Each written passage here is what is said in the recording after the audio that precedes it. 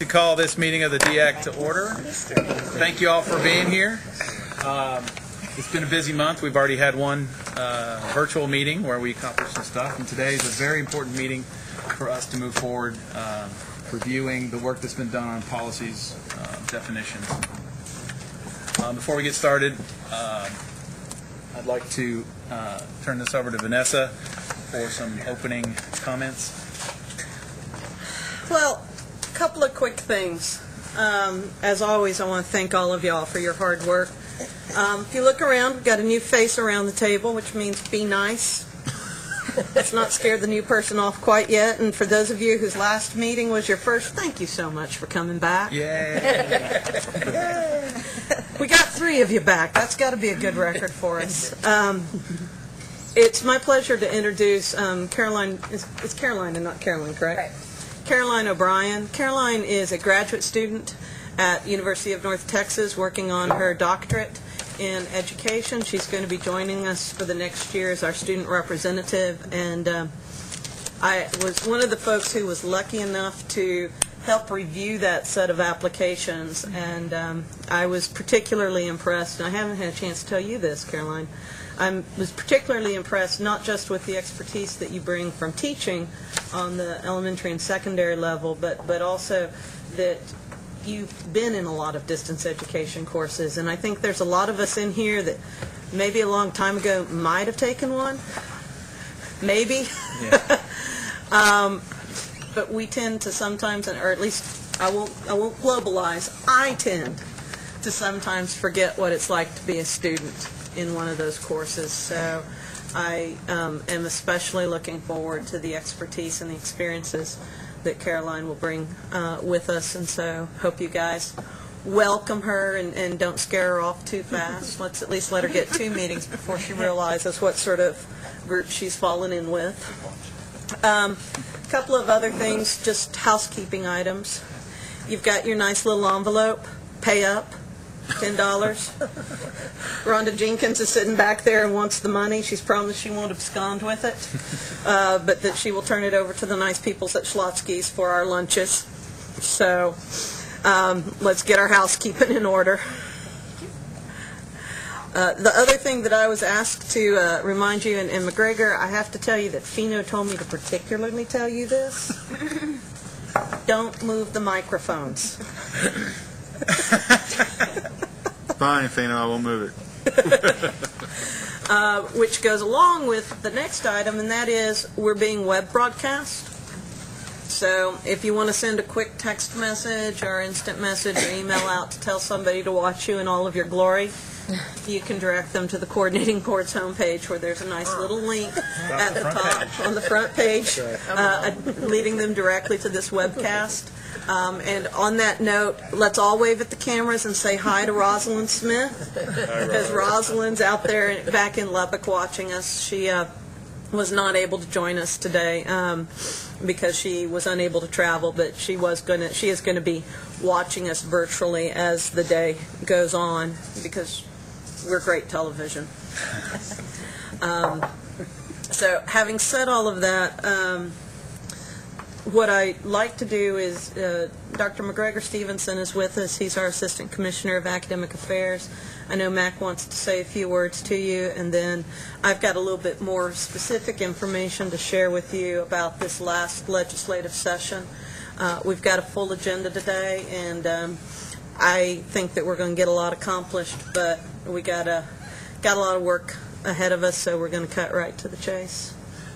Good morning. I won't take up much of your time either. I wanted to take the opportunity to thank you all again for the service that you provide to us at the coordinating board and also to the state. The expertise that you can bring to bear on the policies and rules that you're working on now and that you have been working on for some time gives us a stronger opportunity to ensure that what we're doing makes sense, and to ensure that as we're moving forward, we're moving in a direction that's going to allow for the greatest level of flexibility while still maintaining the requirements that we have to have under statute or other board directive. And to that end, one of the key factors that I know we're looking at right now are the definitions and trying to determine how we're going to define distance education and online education and face-to-face distance education and the myriad of possibilities. And I will say that this is one of those very critical situations simply because we have to be able to start evaluating much more clearly the cost that distance education, online education, represents to an institution versus a face-to-face course in terms of the infrastructure costs, the building costs, utilities, all of those kind of things that do charge against a face-to-face class, but that certainly the cost shouldn't be there for an online course to the same degree that they would if there was a face-to-face course. And this is one of the areas where the legislature has shown a significant interest and does want there to be a better source of data from which to evaluate how we're doing higher education in the state at this point. And over the last 10 years, we're seeing such a significant increase in online education versus face-to-face distance education that particular definition has to be expanded so that we can look at that from the broader perspective of, okay, how is this cost being passed on to the state? Since we're increasing the number of distance education online classes that we're offering, should those classes be supported with the infrastructure support formula? Should they be paid for with, should we show that if an institution's growing 2/3 in their online program and only 1/3 face-to-face, what impact does that have for tuition revenue bonds? All of these are questions that are being raised in the legislature and that we have to be able to address from the funding side.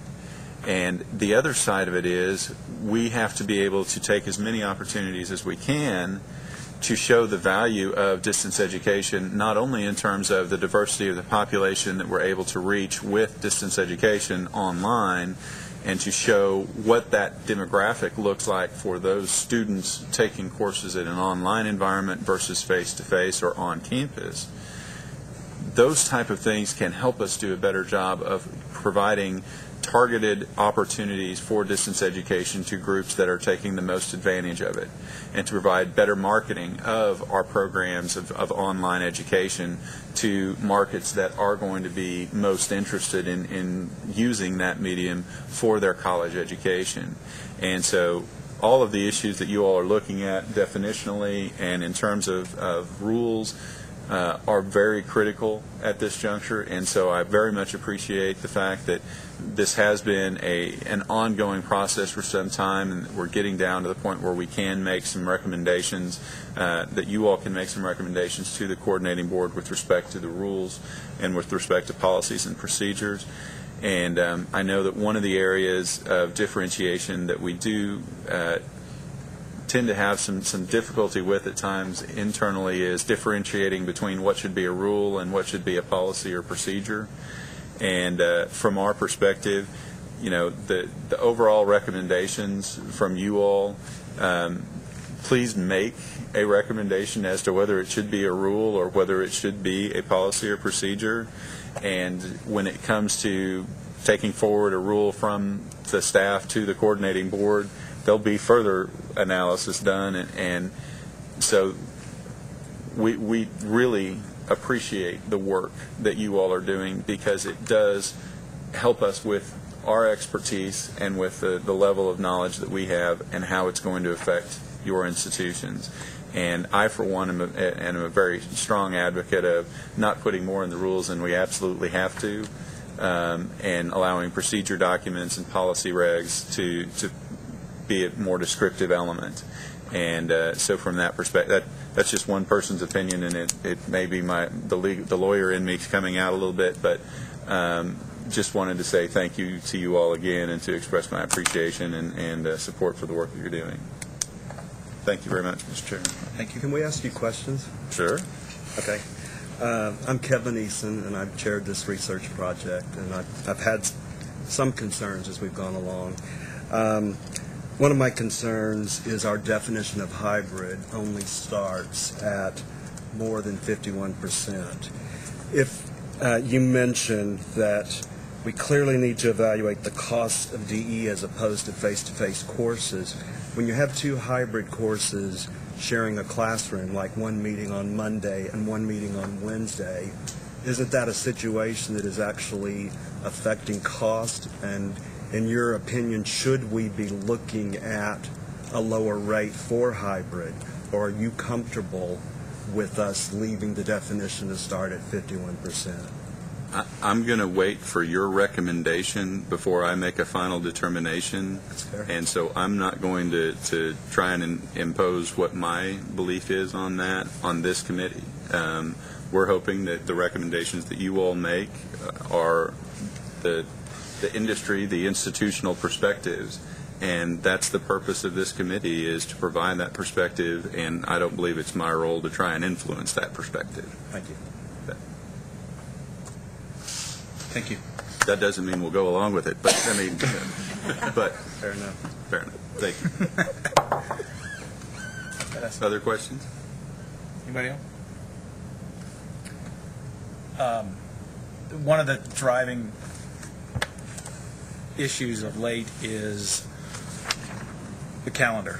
So we've been working on this process for some time, and we want to be sensitive to the needs of the coordinating board in terms of your calendars and events, triggers, that kind of thing.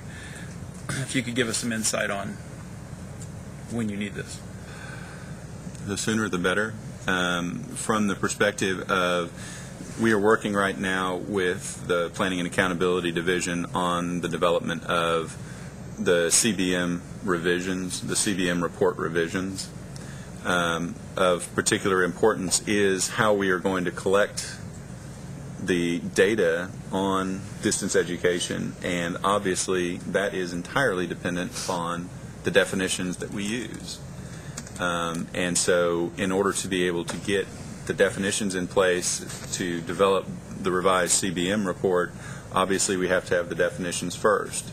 And that process is going to begin, I believe, late summer, in terms of beginning the revisions to the CBM reports. So if it's possible to go ahead and move forward with definitions, that would be fantastic, simply because that will give us a better head start. And rather than having our definitions come in after they've gotten halfway through the process of review of the CBM reports, getting them as soon as possible at the beginning is obviously going to be an advantage for us and for the Planning and Accountability Division. We also have, do you want to say something about our internal deadlines regarding rules, McGregor? We actually, in order to get to the September or the October board meeting, the September AER meeting, we have an internal deadline of July 1st. For September AER meeting, we have to have rules posted no later than about the 8th of August. So the month in between the 1st of July and the 8th of August is so that we can get it through our internal process and have our internal reviews and have any revisions that need to be done based upon feedback at higher levels before it has to be posted in the Texas Register around August 8th. And so from that perspective, we're on a short time crunch in order to be able to take it to the October board meeting. And so that's kind of why we were looking to see if there are aspects of recommendations that you all can make at this time. As we move forward, that would certainly be beneficial, even if the whole slate of recommendations was not finished. Whatever recommendations can be made at this time would be beneficial, especially if they related to the definitions and if they were able to be moved forward for the purposes I mentioned with regard to the CBM and the data collection. That's useful. Thank you.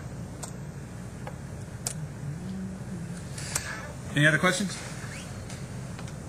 All right. Thanks, Thank sir. you all very much. Thank you.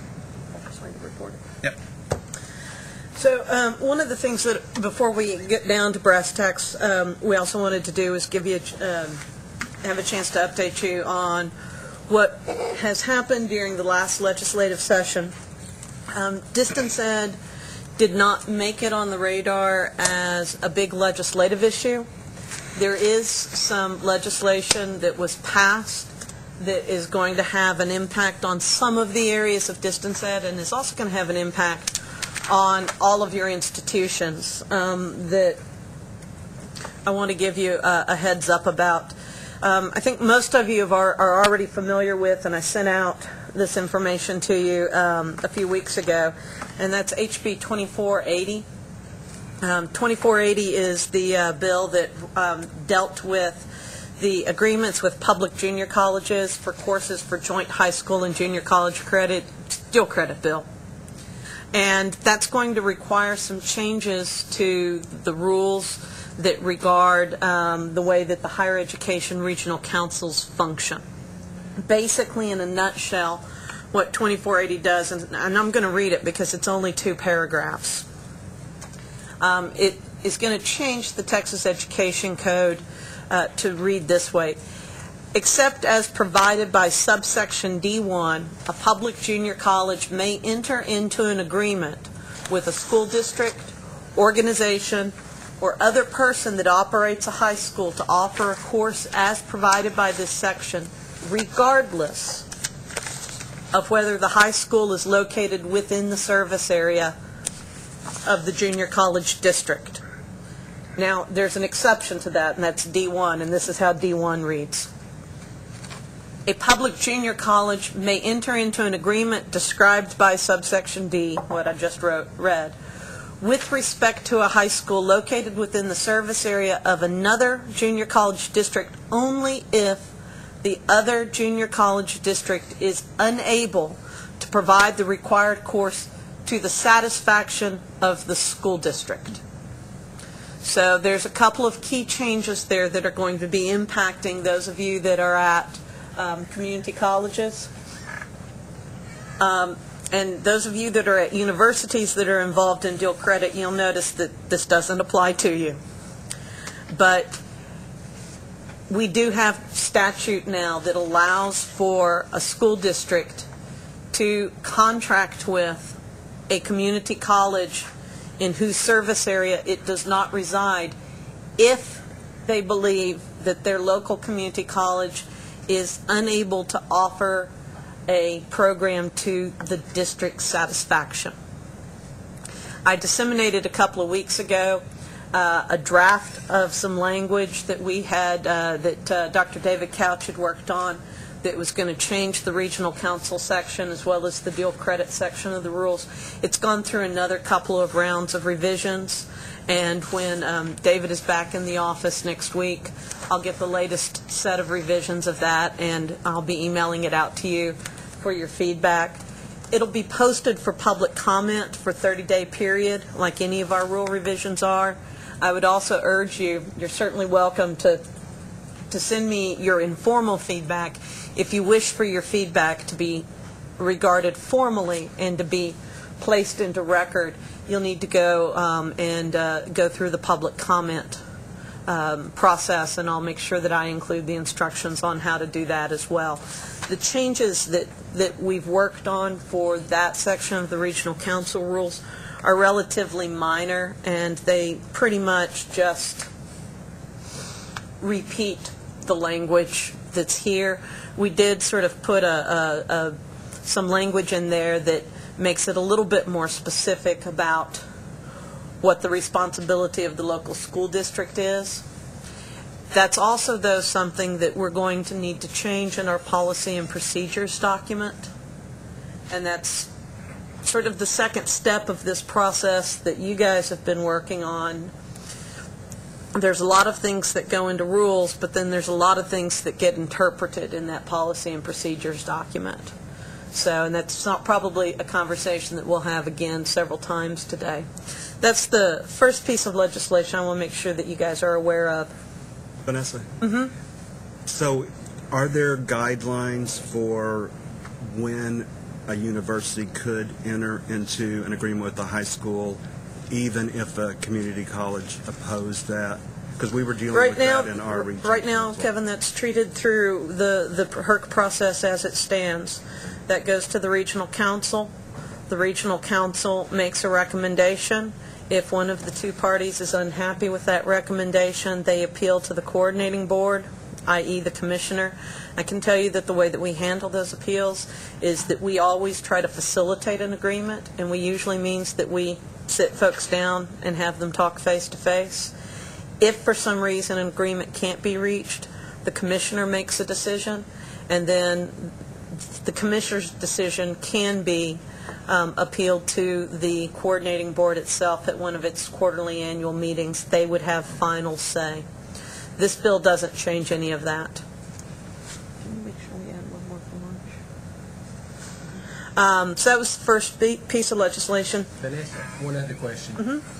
When they define service area, that means the designated service area is Correct. not the It's tax district. Correct. Okay. Correct. It's using the designated service area. They didn't include taxing district information in the. They didn't include the taxing district language, and Okay. I think all of us know that we've got service areas that are usually bigger than taxing districts. So, and that may raise some interesting issues as well, Mickey. I can think of one or two cases where it may already be happening.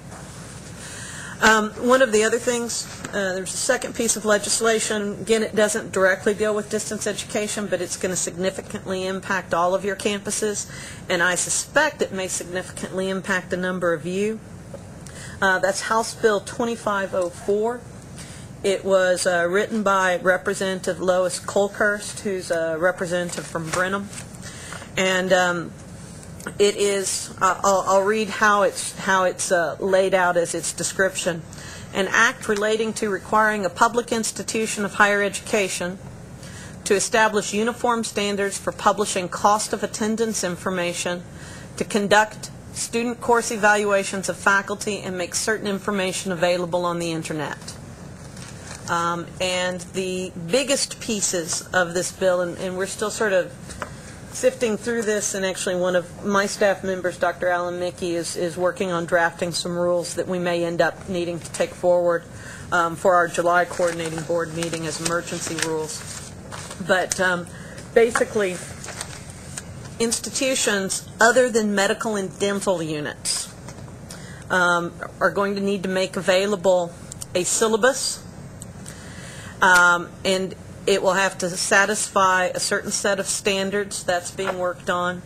It will provide a brief description of each major course requirement, including each major assignment and examination, list recommended or required reading, provide a general description of the subject matter of each lecture or discussion, and will also include a curriculum vitae for the regular instructor that includes post-secondary education, teaching experience, significant professional publications, if available, a departmental budget report for the most recent semester or other academic term which the institution offered the course. And the information must be accessible from the institution's internet web homepage by use of not more than 3 links, searchable by keywords and phrases, and accessible to the public without requiring registration or use of a username, a password, or another user identification. It's to be made available no later than the 7th day after the first day of classes, and the institution shall continue to make the information available until at least the 2nd anniversary of the date on which the institution initially posted the information. The institution shall update the information required as soon as practicable after the information changes.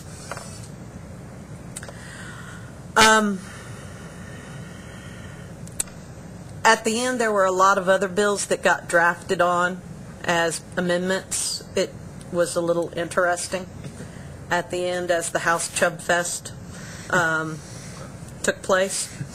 This was not, what I'm about to share with you wasn't originally part of the bill, but it was, it did get added in. An online list of work study employment opportunities, and then a uniform standards for publication of cost attendance information. I didn't do the direct analysis of this bill, and I'll be honest with you, I haven't read those last 3 sections that got added on at the last minute, so I'm not going to be able to answer any questions for you about it. I would suggest that you might want to take a look at it. It's HB 2504. You can go to the Texas legislative site and just type in HB 2504 and it'll come up. I don't believe it's been signed yet by the governor, but we haven't been told, or there's been no indication to us that it won't be signed.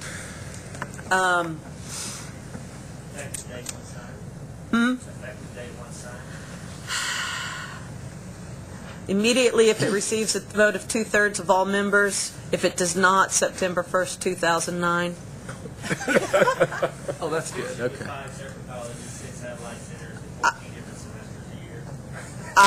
You got till September, man. What are you worried about?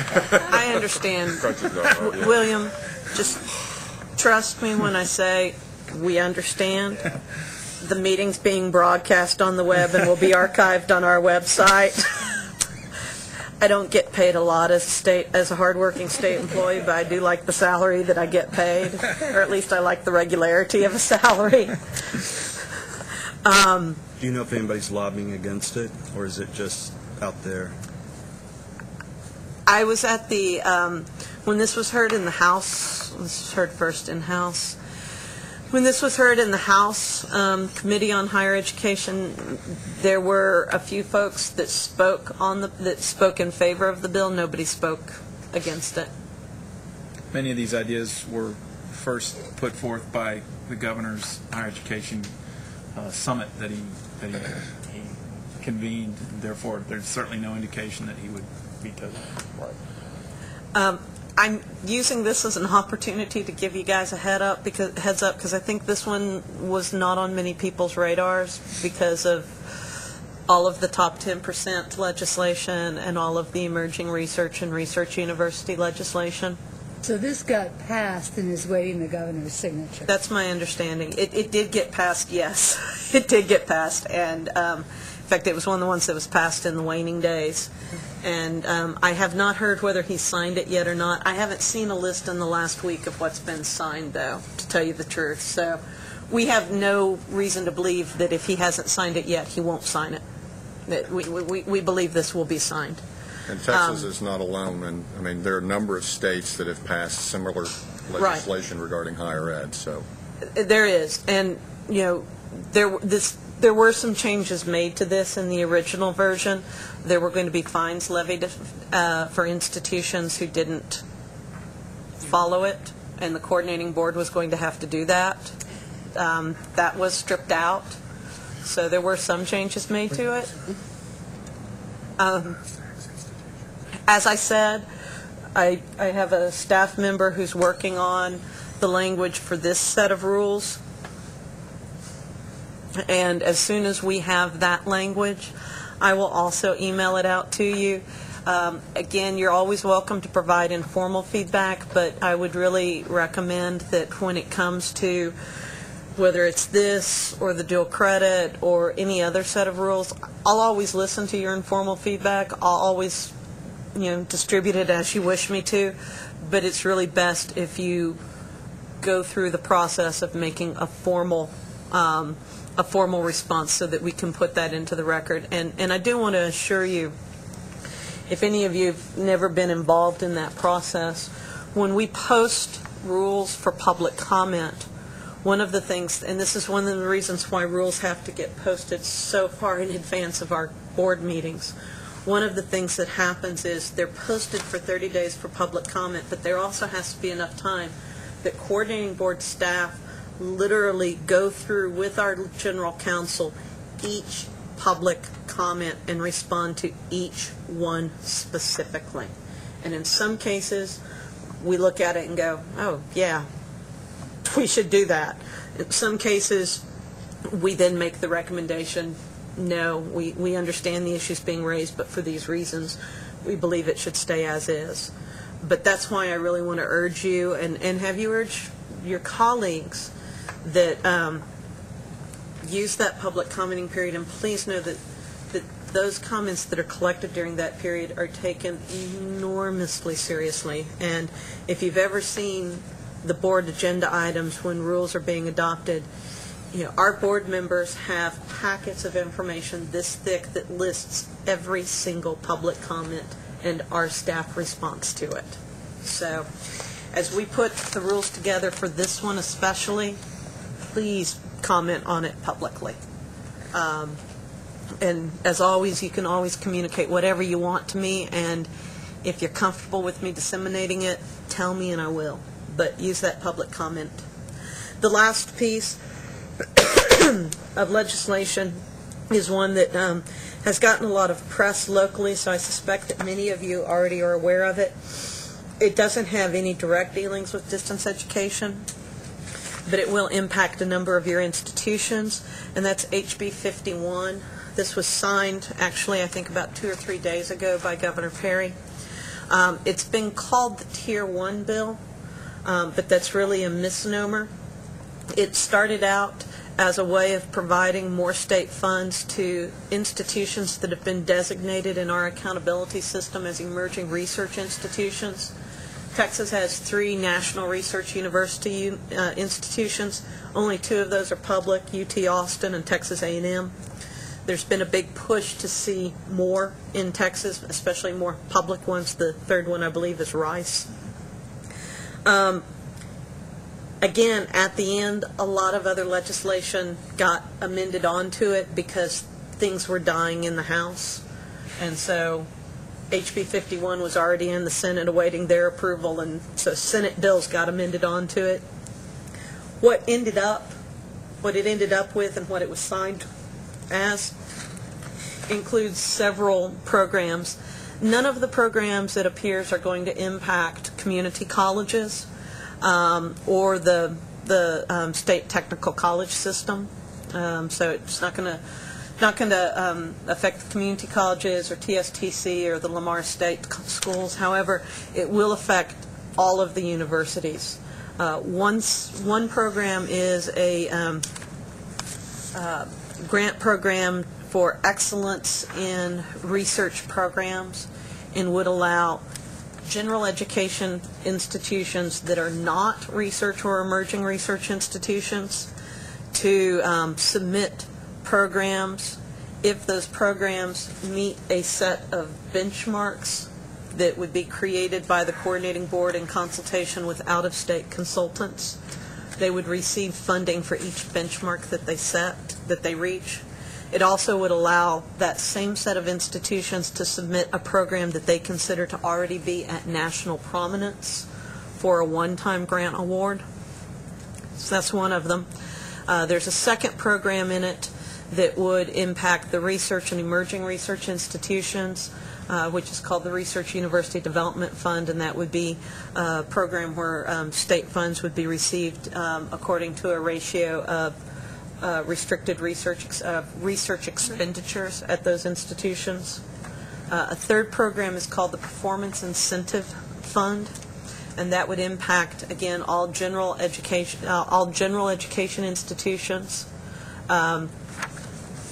That's general 4 years, though. It would not impact community colleges, technical colleges, or the state colleges.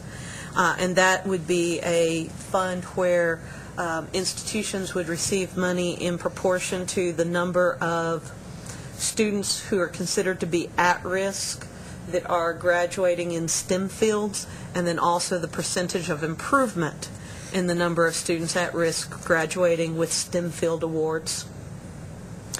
The fourth program, the fourth one is the Texas Research Incentive Program, which is geared towards the emerging research institutions and would have them receive state funds based upon their private grants, donations, and endowments. And then the fifth program, which you're all going to be hearing a lot about because you're going to be voting on it as a constitutional amendment in November, would be the National Research University Fund, which, if approved, would take the higher education fund, the HEAF fund right now, would transfer those programs into what would be called the National Research University Fund, and then those funds would be distributed to emerging research institutions based upon those institutions' ability to meet a set of very specific criteria. if you think all of that's a mouthful, it is. I'm able to rattle it off because I did a lot of that analysis and fielded a whole lot of legislative phone calls in the waning days of the session and was married to my BlackBerry for a number of weekends. It doesn't, again, deal specifically with distance ed, but this is going to end up being one of the biggies out of the session, and it does impact a number of your institutions, and I want you to be aware of it. It also has a constitutional amendment attached to it, and you may be asked about it at your home institutions. The very last thing, and unfortunately he's not been able to join us, Tom Keaton, who's in the planning and accountability area. This is a skeleton crew day, in case you're wondering why so few people seem to be wandering around the hallways. And why we didn't have any trouble parking. And why you didn't have any trouble parking. Well, you know, I never have any trouble parking. My bike goes right up into my office. So Tom wasn't able to join us today, but McGregor mentioned the utilization, the classroom and space utilization studies that are taking place this summer. Tom Keaton in Planning and Accountability is one of the staff members that's been working very closely with that. He and I have had some conversations. He wants to make sure that distance education is really carefully taken into consideration in those space utilization studies, and as y'all all know, the space utilization studies also have some monetary implications at the end run. So please know that that's going on as well. Please know that several of you may be getting phone calls or emails from Tom asking for your help and your assistance. Tom and I are talking some as well. He's been talking with Kevin Lemoyne. McGregor's involved in these conversations. A lot of folks are.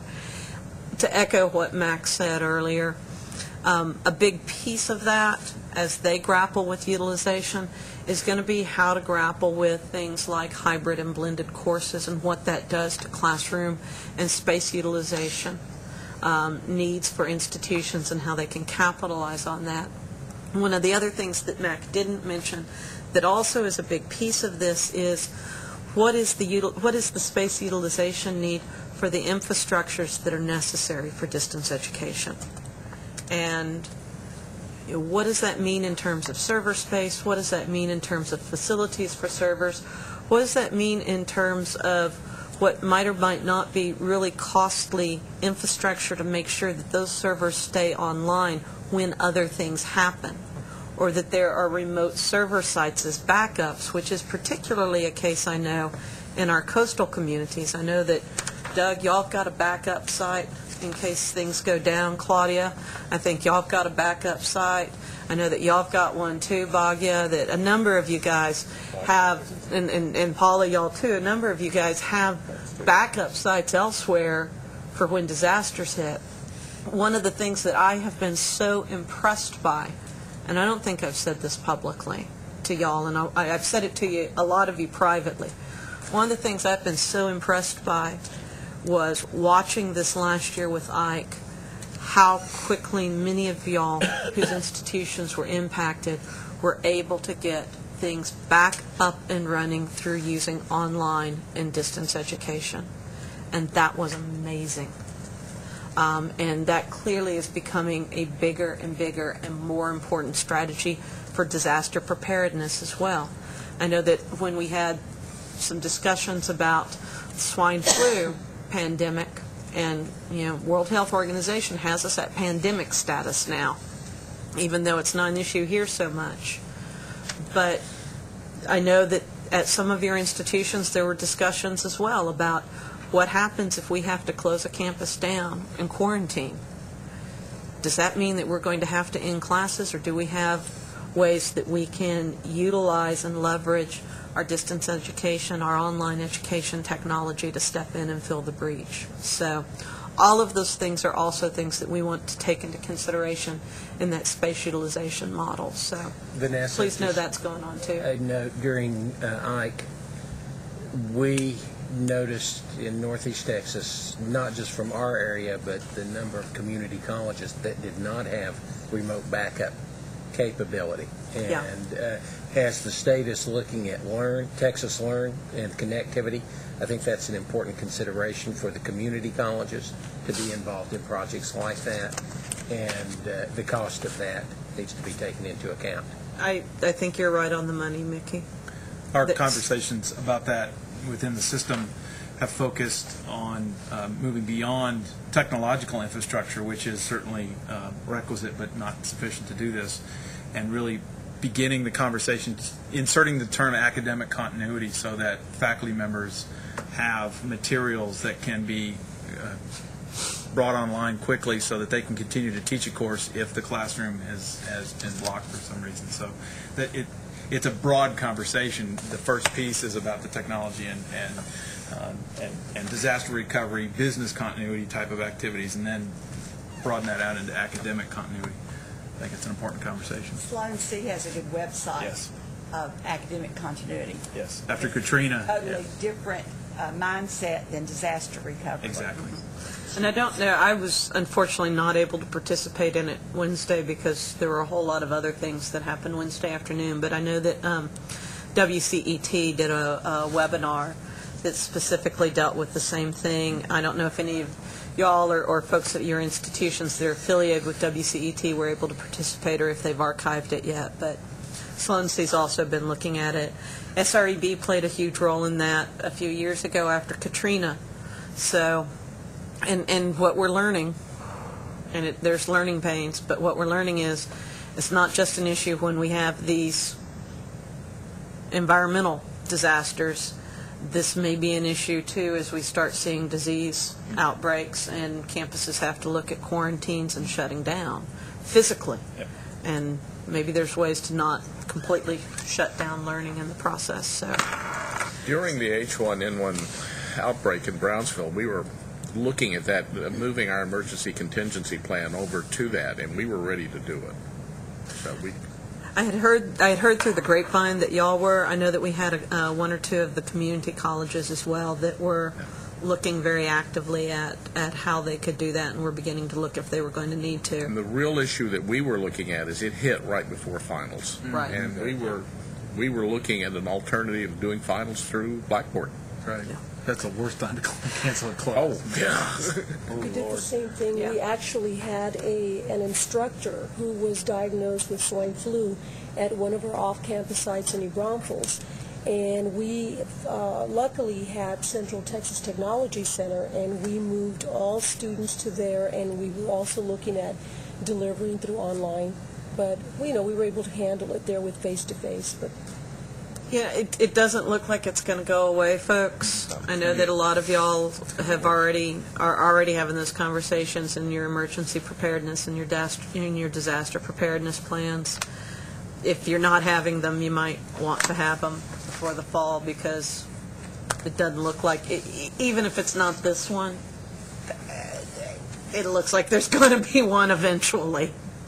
So.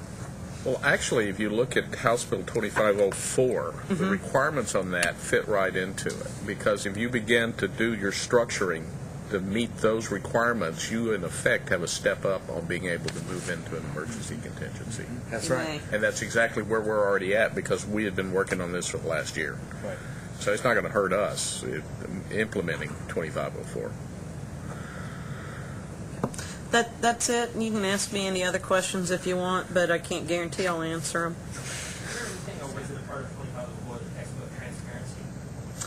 It's not a part of 2504. I do believe that we had some textbook transparency bill that ultimately passed. I can't for the life of me tell you which one it was or where it got folded into. Again, that started on the House side. There was one on the House side, and I think there was one on the Senate side. One of them went forward. I don't remember which one went forward, and I don't remember if it stayed as was or if it got folded into something else, nor do I remember if there was any cost associated with it. Almost everything, if it had cost associated with it, had the Ogden Amendment on it, which said if a general appropriation wasn't specifically made, then it was null and void. So we're also still sort of going through the General Appropriations Act and matching riders to bills. It's been great fun, Doug. Oh, I know. Maybe by the 22nd century we will be at where we have a legislature that works year-round. But again, Doug, I'm probably very not my fond of lifetime. being a public employee of this great state of Texas, and I enjoy the monthly salary that I draw and the service that I provide for the people of Texas, so I have no public comment about the inner workings of our legislative system. Vanessa, is anyone aware of any other dual credit bills that came out? I know that there's been something about funding and cost and tuition. I don't know For dual credit? for dual credit. I don't know yet what that is. I'm sorry. The other piece is that if it had anything to do with tuition or student financial aid, that got handled outside of academic affairs. And so I don't know if there was anything else. We're going to be having some internal agency discussions about dual credit in the next couple of weeks, and if you'll just ping me after July 4th, I might be able to answer that question. I'm not going to be able to answer it before July 4th. Does the coordinating board produce any sort of summary of legislative activities that we all might be able to consume? I am sure that we do. I don't believe that, have we completed that I summary know that for this probably session? each of our institutions produces an internal one, but I'd like to see Because that. if we haven't. We do produce that. I don't know that it's been completed yet. Well, it takes several months to Yeah, go I mean, through I all don't that. expect to see it to the end of the summer. I just, Yeah, but yes, we do. We Okay. do produce that, and I think we're still working on it. Again, there's a lot of matching riders with bills and seeing Seeing not what- just what what got actually passed, happened. but what got funded and how that impacts whether or not the bill remains in effect. Right. So. all right. Other questions for Vanessa on legislative issues? All right, let's move forward. The major activity for the day, and let me explain why the agenda looks the way it does. So, because this is an open meeting, and we were required to post the agenda ahead of time, we wanted to have as many broad categories as possible that would allow us to have the conversations. That's why items 5 and 6 are, somebody might look at it and go, well, where'd that come from? We weren't really talking about policy and procedures, but we might. And as we heard Mac say, give us some direction as to what might be parsed into rules and what goes into policy and procedures. So that's why it's on here. But the main activity for today is to review the work that's been done over the greater than the last year toward our input on revisions of subchapter E and the definitions therein. And as you remember, at the last face-to-face meeting, we took a motion and split that into two subchapters, E and a proposed M, and we've been moving forward with that structure. I want to take just a second and step back and put this into the broad perspective of where we've been since this started. This came out of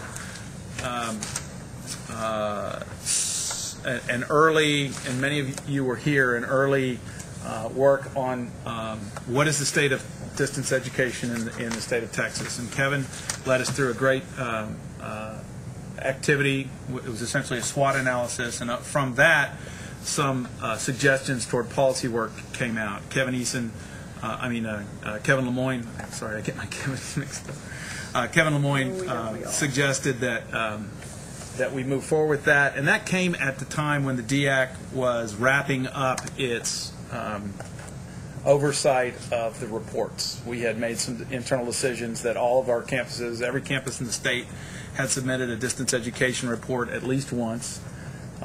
We had reviewed every one of those, and we began to ask questions as to whether that's a useful activity for the DEAC. And the decision was no, and therefore we stopped that requirement.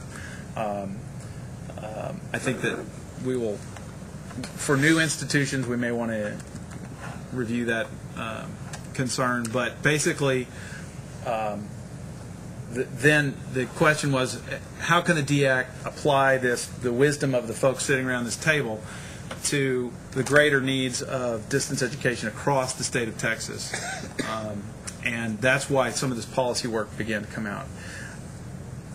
The amount of activity that has gone on in this realm has been phenomenal. In many ways, Kevin has carried this burden on his back for a long time, and I want to make a special point to thank him for the incredible amount of work that he's done. The input has gone well beyond the DEAC. All right, so many of the folks that have been carrying a lot of water on this project don't sit around this table. And I want to thank them as well. This is very important work. And before we get into the nitty-gritty and really start this conversation, which I expect to be an active and engaged conversation, I want to frame it in this way, that I think that we have a tactical problem. It's not a strategic problem, because strategically this is exactly what we should be doing. But we have a tactical problem, and that is there is a general concern among many of the folks that have been working on these rules and regulations that they're not ready for review by the DEAC, and yet we're bumping our head against the calendar. And my concern as the chair is that we need to be responsive to the needs of the coordinating board so that we can fit product into their process. Having said that, we need to make an analysis, an informed analysis as to what we can give them and what is not ready. And whatever comes out of this, out of today, we'll stand behind that. If we say this piece is ready and this piece isn't, we will stand behind that, and we will inform the coordinating board of our decisions, and they can move forward with that input, or in some cases perhaps without, or they will choose to wait for us. So again, my role here is really just kind of the person who is highlighting the calendar issue, and also I want to parse out the conversation a little bit. Kevin's going to carry us through most of today's conversation, but I want to break up the review into three distinct parts. And the first is going to be a subset of the definitions, and that is because the work on the definitions, through our last several meetings, through much of the activity that went on online, many of the definitions got parsed out such that many of them simply stayed stat. There was no need to, upon review, there was no need to change. Many of them should not be changed because of their role in other coordinating board rules and regulations, right? So we simply let those stand. The key issue that we had heard over and over again, and this isn't one of the underlying themes that led to where we are, that started this process was, and it was a simple comment about a year and a half ago when we began to review what is the state of activity of distance education. The question was, do we know how much hybrid's going on? And the answer was no. And that was purely a function of it not being reported through the CBM report process, and that was a function of we didn't have a definition for hybrid such that they could enact that on the CBM. So what I'd like to start the conversation with, and then is to review what has been done so far in terms of a select subset of the definitions. If we can come to some conclusion on that and move that as a separate item, it does a number of things. It clarifies much of the work on E and M, and it provides, as Max said, them some groundwork to move forward because they're revising the CBM. So I want to start the discussion on item 3 on the agenda by looking at the definitions. And here, let me make sure we got the right document. It's a one-pager. It's simple. Back and forth, back and Front and back. Okay. And again, I apologize on behalf of everybody that this stuff wasn't in your hands to allow you to really digest it prior to the meeting, but there has been a flurry of activity in the last several weeks leading up to and including yesterday. So it is here. This is the this simple document is the product of an enormous number of hours by an enormous number of people, fleshing out, test driving various definitions. Would this work? Would that work? With an eye to coming up with a definition for both distance education courses and hybrid courses without making it too onerous for campus IR or whoever is producing, filling in the reports, without making it too difficult. We didn't want them to totally freak out. So I'd like to open the floor at this time to discussion on the definitions, and we can work down through them, or we can simply take what happens to be the hot button. It was my understanding, Rob, that number 12 on the back was not one we could. That's correct, and we. That should be ignored. Yeah, exactly, and thank you for that. Some of the definitions, since they appeared in numerous other chapters of the rules, were ones that would require a bigger group than ours to suggest changes. So Vanessa identified those at the beginning of the process, and this one got slid in, but we cannot change that one. And that belongs in a much larger set of definitions that we studiously ignored. My only other concern, Rob, is the discussion I had with McGregor just a few minutes ago.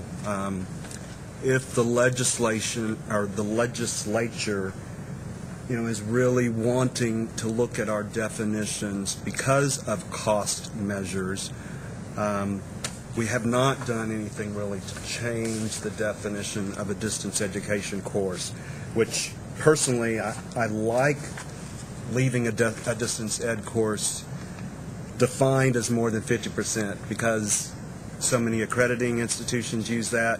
So many of our own institutions have built that into our policies and regulations. But my concern is when you have a teacher or a course that is 50% done online that falls outside this by 1%, and we're dealing with that at my institution where hybrids are becoming very popular for space consideration reasons, for learning outcome achievement reasons. We're having many classes that share a classroom now. My concern is when 45 or 50% of the instruction is done away, for that to still be considered an on-campus, face-to-face course, where the principles of good practice wouldn't kick in, the quality assurance matters wouldn't kick in. That's my concern. And for that reason, it would benefit my institution as we work with faculty and courses for hybrids to somehow be reflected in a lower amount. I concur. I think 35% is the figure I would like to see. That's a substantial amount of instruction away from the teacher. Exactly. And because of our commitment to Blackboard outcomes, we are putting more and more classes in a hybrid modality. But that difference would still allow for some teachers who use an online format to post documents or informational purposes that they would talk about in class. Yes. That might account for 10 or 15 or 20%. Other input? Rob, I sent you an email the other day. Gabriel and I met with a group of faculty in UH System and actually had an earlier iteration of this document. And one of the things that I think helps faculty in terms of determining where their course falls in the threshold has to do with intent.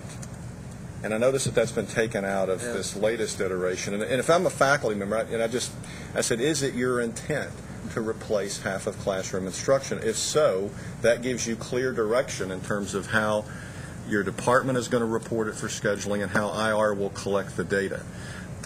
If it's 45% or 55%, that's an impossible conundrum to try to resolve at the level of the faculty. And we don't want faculty, frankly, agonizing over these kinds of definitions. And there seemed to be a lot of comfort at least among teaching faculty, that if it was their intent to replace approximately half of instruction, it would be considered a hybrid.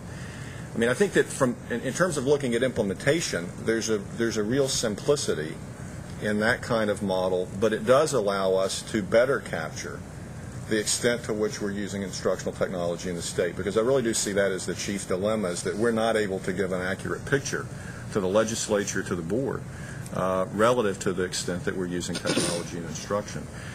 I think if you move, to be honest, I think if you move any way further down, it becomes even more problematic in terms of delivery and clarity in terms of what we're accomplishing. I think a lot of our institutions, when we look at leveraging facilities, physical plant, unless we're getting a savings of approximately half, it's pretty difficult to do your classroom space reports accurately. Because again, with this 50% definition, you can essentially double the numbers of students that you can put in a given classroom in that given time block. To move it down becomes very slippery in terms of how you manage your physical plan, how you do your classroom utilization reports. And I don't know how useful that is as a data collection exercise. A lot of our institutions are putting stuff up on the web, course syllabi, putting discussion boards. But does that constitute a hybrid? I would argue, unless your intent is to replace half of classroom instruction, that we wouldn't report it. Folks? It does. Yeah. It does not affect classroom attendance or discussion. Other comments? Mike? I think that I'm going to strike a balance between what Kevin and Marshall have said. I don't think you're talking about moving the definition of distance ed below 50%. You're simply talking about adding a reporting category called something, right? And it would be 35 or 30, sort of the Sloan C. You pick a number, right? And what would be wrong with having that as a reporting category, but you still have the 50% as distance? You think that's just... If I'm a faculty member, I don't like that definition. Right. I think if we were to poll faculty, they will tell you that is a very difficult construct for them to make a determination what category it falls into. If the intention, again, is to meet 90 minutes a week instead of the standard 3 hours, everybody can resolve that issue. But in terms of determining this 35%, 30%, 40%, that becomes, I think, highly problematic from the standpoint of the classroom instructor. And so would you say, would you add the intent language back in and say, as a faculty member, is your intent to reduce seat time by 70%? Is that the question you then ask? Well, I do think that intention is helpful from the standpoint of implementation, because that way institutions can give that language to faculty. Faculty can resolve it pretty quickly. Am I going to be meeting 42 hours this semester or 20 or 21?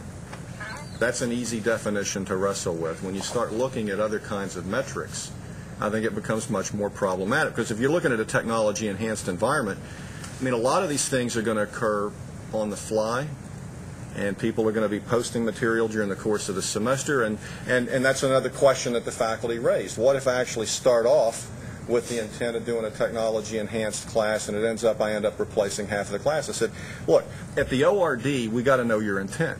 At the point we schedule a class, we need to know your intent. I think that our job, frankly, is to provide some definitions that align with what faculty are trying to accomplish in that instructional environment. I don't know that we're mature enough and evolved enough in terms of our reporting and data collection systems, not only at the board level but at the individual institution levels. Because I mean, we've had this conversation's been going on for 5 years about these kinds of reports. I think that the more complicated we make it, the more problematic it's going to be in terms of implementation. And I'm much more interested in good, clear data at this point than having institutions who are struggling at the local level in terms of how to fall into this new reporting regime. Just to respond to that, Marshall, I'm less concerned about reporting data in that category than I am about trying to define for institutions what is happening. And then institutions, from that definition, can take responsibility for ensuring quality education is occurring. I'm fine with only reporting what we say is distance ed more than 50%, but to be a group of people who have studied this field and to ignore that hybrids can be in a 30 or 40 range, seems like we're missing the point. I would suspect that when we get to the point of implementation, if a faculty member is going to replace 40% of contact hours, they're going to go ahead and report it as a hybrid. I mean, again, I'd like to put this in the faculty's hands as much as possible in terms of the way they want to construct that instructional environment, because I think ultimately that's going to produce the best kind of reporting.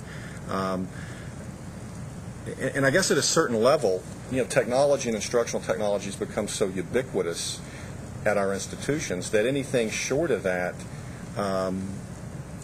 it's very much becoming the mainstream, where you're having 30-35% of materials that are being posted online anyway. I mean, frankly, to me this is a conversation that doesn't look forward particularly far, where we're going to have, especially when we get to these accountability metrics that we're looking at with 2504. I mean, that alone is going to take a significant step forward in terms of leveraging technology. I mean, when I look at this, to me it's about extending access to education, and I think that's really what we're trying to capture here. Are we making it more convenient? Are we making higher ed more accessible? I think when we get into this 50% range, we're cutting down on commuting times. We're opening up new opportunities for students who otherwise might not be able to access higher ed. I mean, to me, that's the real meaningful category that we need to try to capture. One point you made has altered my perception a little. I was thinking that we needed to define something to more accurately reflect what's going on. I like what you said about not defining it makes us accept that it is going on and that it's going to continue to go on. So. Yeah, I mean, there was a big article in the Chronicle of Higher Ed. Many of you probably saw it this week about looking forward to what's higher ed going to look like. I think it was 2020, and the proliferation of online. I mean, it'll make this kind of conversation moot, frankly. And I think the sooner we get there, the better off we all are. But for the time being, and again, I'm just thinking from the standpoint of resources and facilities, this capture of classroom replacement, I think, is significant, because when we're wrestling with bringing new facilities online, I mean, we're having this conversation right now with the explosion of online learning at U of H. I mean, are we going to need the same kind of physical plant 10 years? I mean, the old way of planning is really having to be rethought. And this is the kind of data that helps us to better understand how we do campus planning, strategic planning, especially when we look at off-campus centers. I mean, this is a big consideration. So. Marshall, I know that you do this. Rob, you may do this. Vanessa, you've probably seen it. You start a class, very likely a graduate class. A student is 100, 150 miles away. Right. They comment, well, if this was supplied by some kind of online video, I could do it from home this semester, or I could do it from home for the next month. I've got work issues coming up and stuff like that. Professor says okay for 2 or 3 students. Is that reported as distance learning? Is that reported as hybrid? How is that scenario reported? Is it 1 or 2 reported at all? students in a course? Yeah. How you reported incorrectly. Yeah. I believe it's reported by the intent of the original course. How it was listed in the category in the catalog originally. So if it was a face-to-face course. So we basically give that a blessing to ignore it because of intent. Well, I think what happens is the way that the CVMs and the reporting works is you're reporting the course.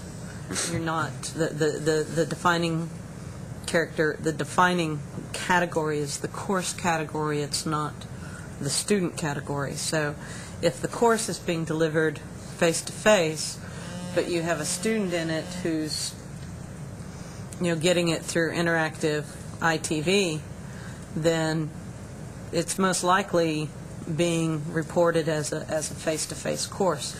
I don't know how, I personally don't know how we could go about remedying that. I can see where it would happen. I can see where it could happen more frequently. I know that when I was teaching, I had students in my face-to-face sections who, for one reason or another, oftentimes because of family issues and taking care of aging parents, had to quit coming to class. And my solution so they didn't lose the entire semester was, all right, well, I'm just going to enter you in Blackboard as one of my online students, but I'm not going to mess with the registrar's office. I'll just, you're going to show up on my roster as face-to-face. And that's one of the reasons that what Marshall was referring to, an earlier iteration of this had a phrase in the definition of hybrid that said, instruction is delivered via distance education for the planned purpose of replacing classroom instruction. And what we're trying to get to was that we would count those courses that went into it with preparation and not the sort of ad hoc semi-hybrid type of thing. And that and the other aspect of that is to the other aspect of the rationale behind that gets exactly to the infrastructure issue, which is if you don't know you're reducing seat time, then you can't recapture it in the classroom. So you need to have that. Also, and this gets at kind of what Marshall was saying, we don't want these ad hoc solutions happening. Right. Our CBM reports come from our course coding, which is done at least a semester before a course is delivered. Right. And from an instructional design standpoint, you're not going to have good instruction if you do it at a convenience of you do something at the last minute or at the convenience of the instructor. Sometimes we have to do things, the instructor gets ill, or as Vanessa said, a student has special needs. But the course itself and how it's designed should be a very intentional process. Mm-hmm. And replacing course, time attendance should be something that's very intentional and very well planned and very well thought out. A lot of definitions use the word regular, so that the same amount of time is spent each week because the instructional process is planned to incorporate both. And they usually don't include the web-supported idea that things are there to reinforce the class. This is instructional activity, not resources being online. I think it's got to be the intentional idea of replacing regular course meetings. Also, from the transparency side, that's what students want to know when they sign up for a course. Mm-hmm. If it meets once a week, maybe they can make that, and they might not be able to sign up for it twice a week. So we have the opposite. Some of them aren't really comfortable with total web delivery. They want to know at least once a week they're going to meet class. So I think that needs to be in there somehow. That's a lot of that's our perspective as well. And that, I like the idea of the 24 out of 48 contact hours, 50%. To just say 45 or 50% is hard to go with. And we did the same thing for the real estate capacity planning on how much they're going to be out of the classroom, how much they're going to be in. But from us, no matter what definition we come up here with as a group in our catalog for a fully online course, we have to be able to say you never have to come to campus. Because many of our students can never come to campus. Understand. It has to be 100% away from campus or fully online. And Right. online, we can go with the other types of definitions. So we have to have that one thing broken out. Well, we had a lot of conversation about that issue. It started with one of these things. Well, we all know a fully online course when we see it, and then the question is, what if there's an orientation session, a mandatory orientation session, and the current language that shows here with this up to 15% face-to-face is intended to capture that. We had a lot of conversation that got to that issue of transparency and publication. As if you're going to have a mandatory face-to-face anything, you absolutely have to let the students know well before that they register for the course. But yet, there are many online courses where there is a mandatory final. It proctored, but you got to come to campus for the proctoring, that kind of thing. And so we didn't want to exclude those from any definition of fully online when all of the instructional activity before that had been taking place online. William, does your institution have a classification for something under 50%? Well, it's a little bit different. We try to follow a lot of these rules, but for us, fully online is 100%. Online is like 51 to 99%. Can be, and then a hybrid is like 10 or 11% to 50%, and then a web assisted, which is some of the notes are right. Okay. Some of us have fees that kick in with these definitions. That's right. And to be very safe, 50% is a good. You also have faculty workload and how that is affected and how they're paid. Some of them are in different bonuses and things. Well, no, this definition doesn't say 50%. It says more than 50%. Right. We have to do that as well. Right now, we have 3% for DEAC, and that instructors can teach 50% of their classes online. Right. More than 50%, so we have to have that. One of Does the that things. impact hybrid? Yeah. So hybrid's considered the Well, same if as they can distance teach, learning? if you look at it this way, if 50. they have 10 courses that teach a year that they can teach, basically all 10 hybrid according to this definition, because it's still 50% online, so it goes up to 5 out of 10 classes, but we can contact them.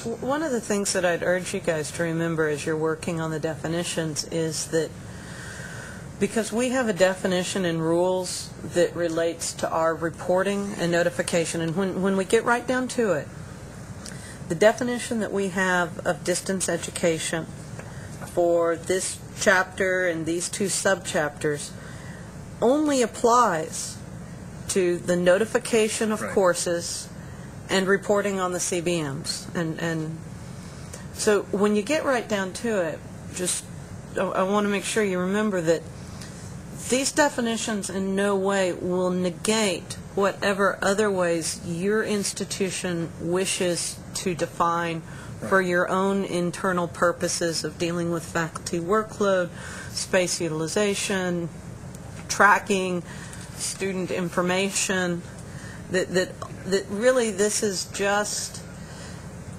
we define distance ed in the rules for two reasons. Notification if we're talking about off-campus courses, and approval if we're talking about doctoral programs, and then reporting on those CBMs. Now, we use the information on the CBMs in a number of different ways, and this discussion started a year and a half ago because the way it's on the CBM right now and the way it's defined, we can't get good hybrid data. We just, the quality of our data stinks in that regards. And we all know that hybrid is becoming more and more of an issue and becoming more and more important, and we agreed as a committee we need to have that data. I can tell you as a staff member, I need to have that data. So that just bear in mind that whatever we do is not going to impact how you get to define things in your neck of the woods. It just means a remapping of your internal reporting to your external reporting, kind of. May I make a comment? Yep.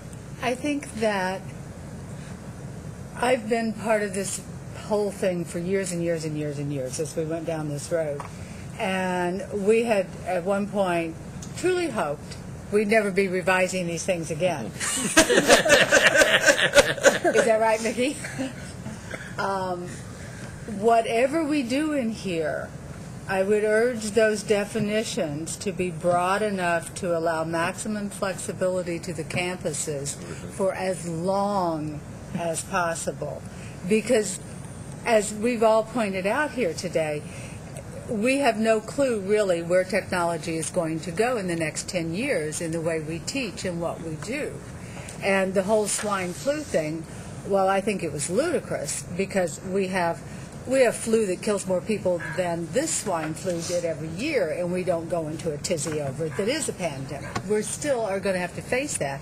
And these things have got to be broad enough to encompass that, and so that the institutions can move forward with whatever they want to do and not come back to, do we meet the rules?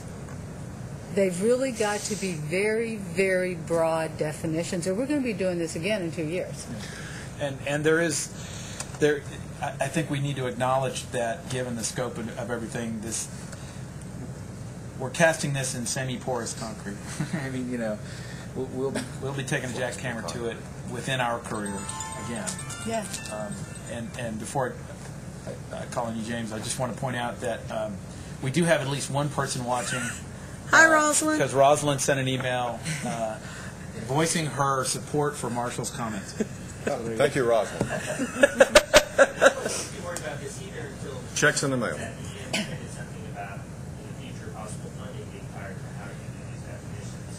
It's and let me take a step back there and say that what will happen is that these definitions will be taken into consideration in the work that planning and accountability is doing with the space utilization and funding models. They are only one small piece in the revision of space utilization and funding. So it will impact in that they'll use that as a jumping off point for looking at how to begin to take distance ed and particularly hybrid into consideration in space utilization modeling and then the funding that goes along with it. But there's a lot bigger pieces to it than this. So I know everyone always gets anxious when money gets thrown around, especially in this economy, but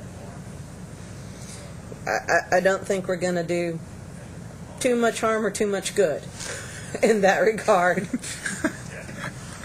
10 years ago, we really thought distance education is going to be such a big hit. How many buildings are we not going to build? Right. And we really did. Right. And we all built the buildings. That's right. Claudia, you mentioned you thought they should be broad and flexible, and I agree. Do you think these proposed definitions fit what you see as broad and flexible? I think the number thing is what scares me. And I see your point on the 35%. I see the point on the 50%. And if I'm the faculty and I'm sitting there doing the math, I mean, I want it just as, I don't want anything I can equivocate with. And if I'm the associate provost that's chalking it all up and overseeing it, I really don't want it in there. And it's almost down to how many people in here like the idea of 35% and how many people like the idea of 50% and how many people in here actually still teach a course. Claudia, I was going to ask a little earlier how many people still taught. Not to put anyone on the spot. You folks, okay. How many of you teach distance ed courses online? Okay. I taught a few years ago when I was still a faculty member. I liked what you said as well, Marshall. When I was sitting down trying to figure out and plan out my syllabus, if you had asked me, all right, now are you going to be teaching 35% of your class or 40% of your class online? I was teaching 4 classes every semester, and they were large introductory level classes. I was a small teaching institution. I would have looked at someone and gone, Are you kidding me? I'm worried about my students having books and enough seats. Right. I do think, though, if you ask a faculty member, is half of it? Or is 3/4 of it? Or is... When you start getting to that point, I think it's easy for a faculty member to say, yeah, my intent is that... If you say, are you going to put 1/3 of your course online or 2/3 of your course online, then the provost says, okay, in my institution, that means this many hours. And it gives the flexibility because we change how many weeks a course is, gets changed all over the place by disciplines. Yeah. And we have increasing flexible number of session lengths, right? So, and just wait till you start grappling with what I'm doing, which is all virtual role play. right.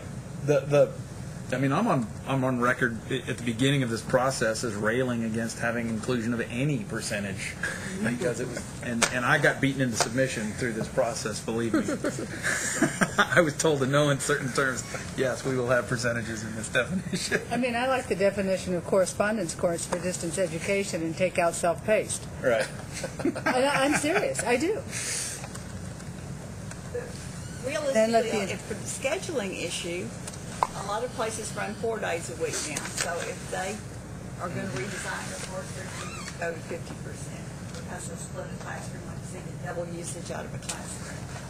And talking to a lot of other people, because I've been learning about the definition of hybrid myself, that 50% replacement, just because it's easy if I teach twice a week, I want to activities, and if you look at course redesign projects, a lot of them do exactly that they organize their activities and intentionally replace, half of their time. It's usually 50% is a lot of people kind of watershed because of scheduling. Yep. All right. I had a comment. I wanted to also say that I kind of agree with Marshall. If we have to have some kind of percentage, I would prefer that to be it, because even at our institution now, we have different categories. Web enhanced, what exactly does that mean? There's a definition for that. We call it blended, we don't say hybrid. We kind of have gone to the Sloan C definitions. We're now tagging everything BB if it's a blackboard, because we're doing migration also. So there's a lot for faculty to kind of grapple with, and especially at our Instructional Innovation Center where faculty go there to develop courses.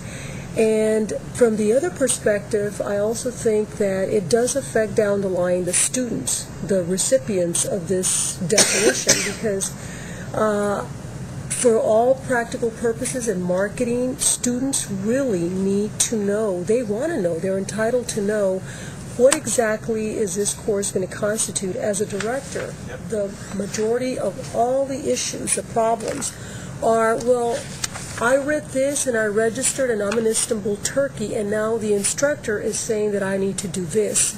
It affects everything that we do, how we schedule, how we do our space planning, capital improvements. So I think that the more general, the better. And I think that even though we want to be general, we do need to have a kind of an easy way to say it's either hybrid or it's not. Because if we leave it to the faculty, it's just another burden. So I think 50% is cleaner, and I would just go with that. Y'all have read more and done more than I can even bear to think of with definitions and all that, so this is just a thought. I'm an English major who teaches math, and I love forms, so all this kind of feels fun to me. Man, where were you? And what did you say? And you love what? I love to fill out forms. And you do just realize that you've probably been just perpetually volunteered. And I'm very, very busy. Fully distance education, right, to me, is ugly, right? Means fully. Right. And if what Vanessa was saying, that the data maybe that y'all have gotten right. doesn't feel very clean, so to have the most simple, cleanest data coming in would be maybe fully meaning 100%, big hybrid, greater than 50%, less than 50%. And I know that's not hitting everybody's, right. But just the thought of having 3 simple categories of, and then for marketing purposes, I don't know if this is exactly what McGregor was asking for, but if you have a fully distance education course and there's no face-to-face, then you get to use that data for, I've taken classes with people from Japan and Maine and like the Midwest just this spring. So then those universities, or as a state, you can go, well, University of Phoenix doesn't have the, anyway, it just, so the thoughts. Good. Thank you. Just a quick thing, Rob. What does this do in terms of an institution's reporting to SACS on their 25%? Does it have any impact on that at all? Or would we it were on trying the to make institution's this interpretation? Yeah, we were trying to make this align with SACS to the greatest extent possible.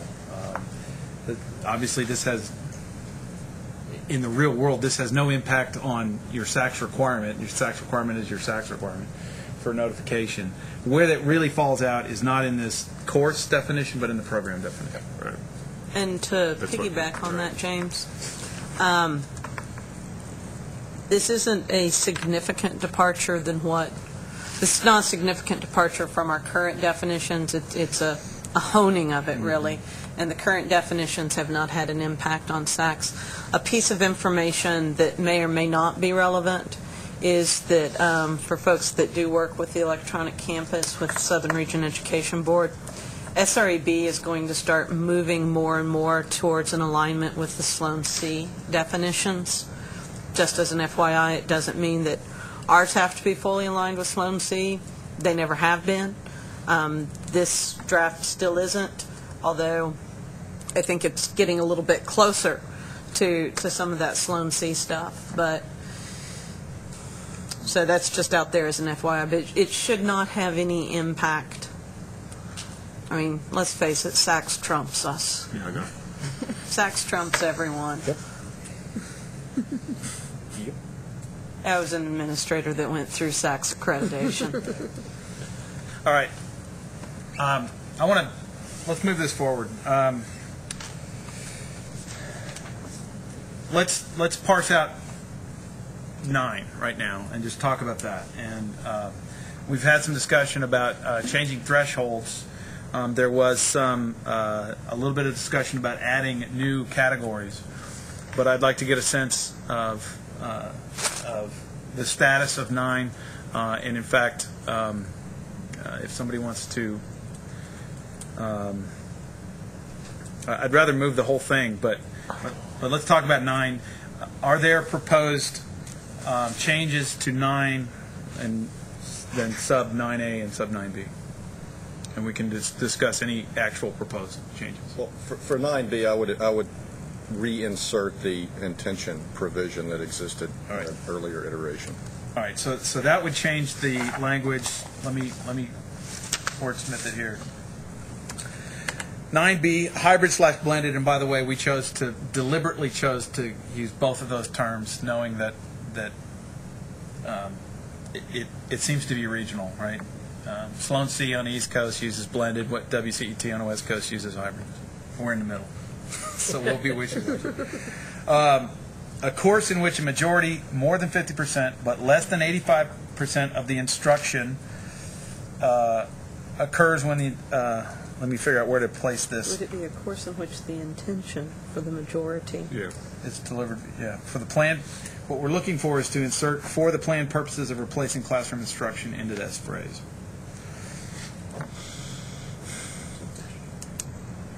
Just add it at the end, I think.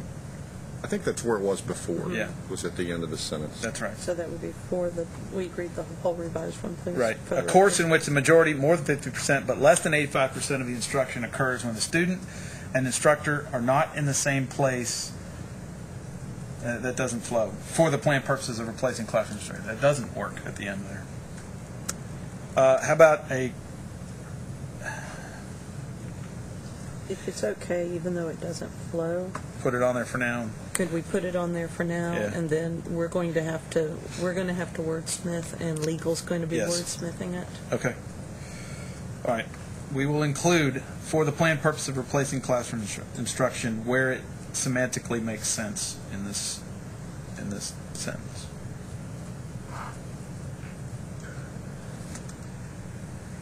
Other proposed changes, or discussion of that one. For those of y'all that didn't hear what I just asked Rob, our legal folks are going to wordsmith all of this, and I'm asking if it's okay with him, and I'll ask if it's okay with you guys. If we have points where we agree with the content and agree on the intent, but we're getting bogged down in the wordsmithing, if it would be okay to just go ahead and have some ugly wordsmithing, knowing that once the people in the next room who have JDs behind their name get a hold of it, they're going to wordsmith it anyway. Right. Is that all right? That's fine. Okay. Can I ask another question? Yes. Why do we have to define hybrid and blended? Why? Uh-huh. Because we don't know, because it is... Isn't anything that doesn't meet distance education hybrid or blended? No. There's classroom instruction. Well, of course. So there's classroom, and then there's fully distance education, and then anything else is hybrid or blended. Why do we have to define it?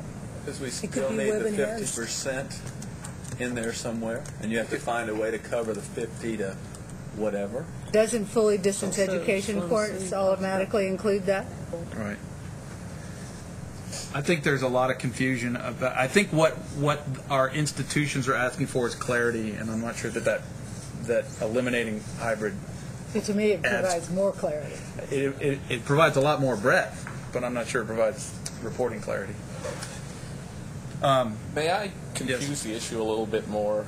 You're good at it. We use a thing called Tegrity on Yeah. about a third of our courses. Sure. Which is built into Blackboard. For those of you who are not familiar with Tegrity, it records the lectures, and then it actually even puts it in the file. Students can go back in and review and hear the lecture again or the sections of it. They don't necessarily have to be in class. Right. However, the instruction is delivered in the classroom. It is, but it's a for technology. some of the students, right? So Exactly. So I'd call that a classroom instruction. I'd call that a hybrid.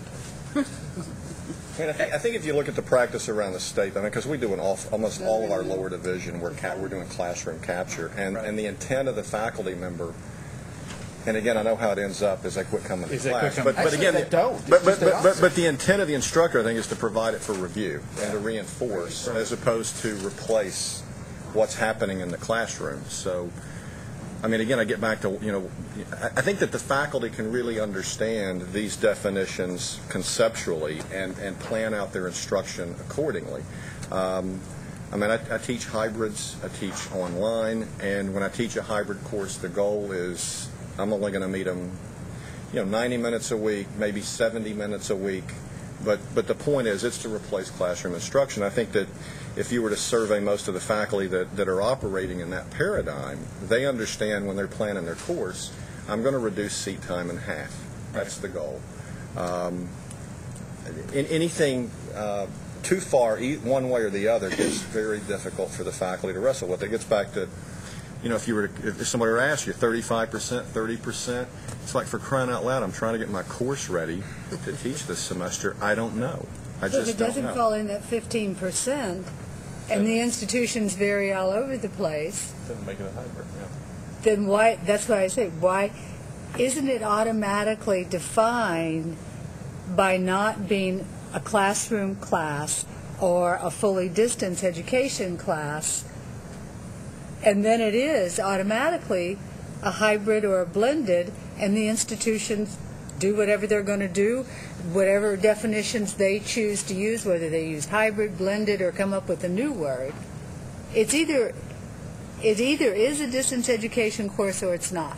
It's either a classroom course or it's a distance education course, and anything else, why are we dithering with that? Well, I think That's what the it's 50%, the 35%, the 36%. I think what we've done, as I understand it, and this particular definition of distance education was also run by Gabriella Borkman, and I had a brief conversation yesterday, and she ran it by Susan Brown, who's the assistant director of planning and accountability, and they're the ones that handle the CBM reports. And just at the first glance of it, Susan's like, yeah, this can be done, this would work for us, and it wouldn't create trauma in our world, nor do we think it's going to create trauma in anybody else's worlds. The problem that we're running into, and the problem that I've heard a lot of folks around the table in this room run into, is the old definition was distance ed. There's one category of distance ed, it's over 50%. But we knew that meant that there were different things happening, that we had some stuff that was pretty much all online except for 1 or 2 meetings for exams. And then we had this hybrid stuff. And as hybrid is becoming more and more popular, and as it's having more and more, and it's going to be, and as it's having more and more implications then on space utilization, unless this group comes up with a definition of hybrid, it's still distance ed. It's still going to get reported as distance ed over 50%. It's just that most likely the modification to the CBM will be, is it distance ed, and then is it A, fully distance ed, whatever y'all decide it to be, or B, hybrid distance ed. It's still going to be over 50%. It's just a way of beginning to get at, for us, how much of that is, you got a student in Maine and a student in Japan and a student in Germany, and how much of that is you got students that are meeting on campus 1 hour a week rather than 3 hours a week, or an hour and a half a week rather than I just still 3 think hours. it adds to the confusion, because we have people that, like you say, use Sloan C, they use SREB, there's still SACS, and it just, to me, our goal is to simplify this and still capture the data, because that doesn't stop us from capturing the data that we need. But it impacts the way we're able to collect data from you. I think in terms of fiscal planning and strategic planning, this helps us not only at the institutional level but at the state level in a more meaningful way. I think that the problem with Sloan C is that there are too many categories, and when you're looking at the aggregate data, what do you do if you've got this large number of students that are taking 25% of their courses online? I mean, what does that mean for the state? I don't know that we'd be able to make any sense out of that in terms of fiscal policy and funding and space utilization. The 50% model, somebody can look at that and realize we're replacing half of classroom use through some kind of technology, and I think that's a useful data set to try to collect when you're allocating resources. Claudia, I think what... Basically... sorry, Kevin. You'll be next. I just don't want to beat a dead horse on this, but there could be some kind of category of 100%, because if somebody tells me they're teaching a fully online distance course, I have two questions after that. One question dealing with distance and utilization to how many days we talk about we need to schedule classrooms for you instruction 1 day, 2 days, 3 days, none of that stuff. But if they say we're at 100% online, that ends all questions. There's no more space utilization issues. So I don't have a problem with the other two if there could just be a 100% online. Totally online, whatever. And my question was to Claudia. We're all familiar with a distance ed being more than 50%. Any change will require rethinking and educating. Are you saying you would be happy with fully distance ed and a second category distance ed, which would cover more than 50%? Well, what I was saying is you have to me, I would just say it's a distance education course, and a course in which may have mandatory face-to-face sessions, which also covers what William is just talking about, that it's 100% distance ed. But a course which may have mandatory face-to-face sessions which total no more than 15% of the instructional time. That to me is the definition that we want. We've covered classroom because that's the original thing that was passed down from the Stone Age and is there, and that's to me all you need is what I'm saying. I understand what Vanessa is saying for reporting purposes, but the institutions, that still provides for the institutions to report, because everything else is hybrid or blended. And you could just almost put hybrid or blended : everything else, because it is everything else, and we're trying to come up with words for it. I know I'm being difficult about stuff. That's why we love you. All right. I think we've interjected a lot of conversation. I want to let's take this tact right now on this document. Let us stew on 9 for about 5 minutes while we review 2, 10, and 11, and see if there are extant issues related to those. If not, we can deal with those and then come back to 9 while this percolates. I mean, 2 already exists as correct. a definition, right? So there shouldn't correct. Be a lot of discussion over 2, right? Okay. Right. And on 10, 10 essentially echoes the language of 9. It is also and we had a lot of conversation again about the 50%. Because this gets much closer to our substantive change reporting actions, we wanted this to smell a lot like SACS, which is why it's kind of worded the way it is. And then 11, and this, Vanessa, might be someplace where we give direction to the coordinating board to find a policy response. Through our conversations, I think we've uncovered something that many of us already know about, but we made it explicit fairly regularly. And this is something that Randy McDonald certainly latched onto. And that is, over time, over several iterations of this document, There is confusion about offering an online course to a truly out-of-state student. And there is some coordinating board documentation about how that should be charged tuition, how that student should be charged tuition. And yet that seems to fly in the face with the definition for extension here. In other words, if I didn't know about the coordinating board's direction for offering an online course to an out-of-state student, and that is the idea that the tuition charged must be, it cannot be below in-state tuition, and it must cover the cost of instruction and other than that, and it will not be submitted for formula funding. If I didn't know about that, I would think that I would have to report that class I'm offering in Oklahoma as an extension course, and we don't do that. I mean, they're not reported as extension, and so I think there's a conflict in language that I personally would like to see a response from the coordinating board on. And I think, how do we tighten that up? I think that was out of the purview of the definitions group. Yeah, and I think actually the way that we can do that is through the policy and the procedures. Yeah, absolutely. I think we can do that there, because it's really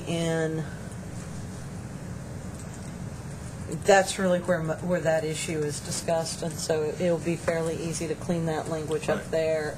If there's another chapter and subchapter where that's discussed, and there may be it may be actually in one of the other subchapters that talks about tuition funding, then we can look at making a rule change there for clarification. But in the interim, we can certainly immediately sort of fix that by making that clarification in the policy and procedures. And I see you've got the old Don Brown. Yeah, I think we all probably have a memo copy of this in our file somewhere, the 1999 Don Brown memo that says this is how you charge for this.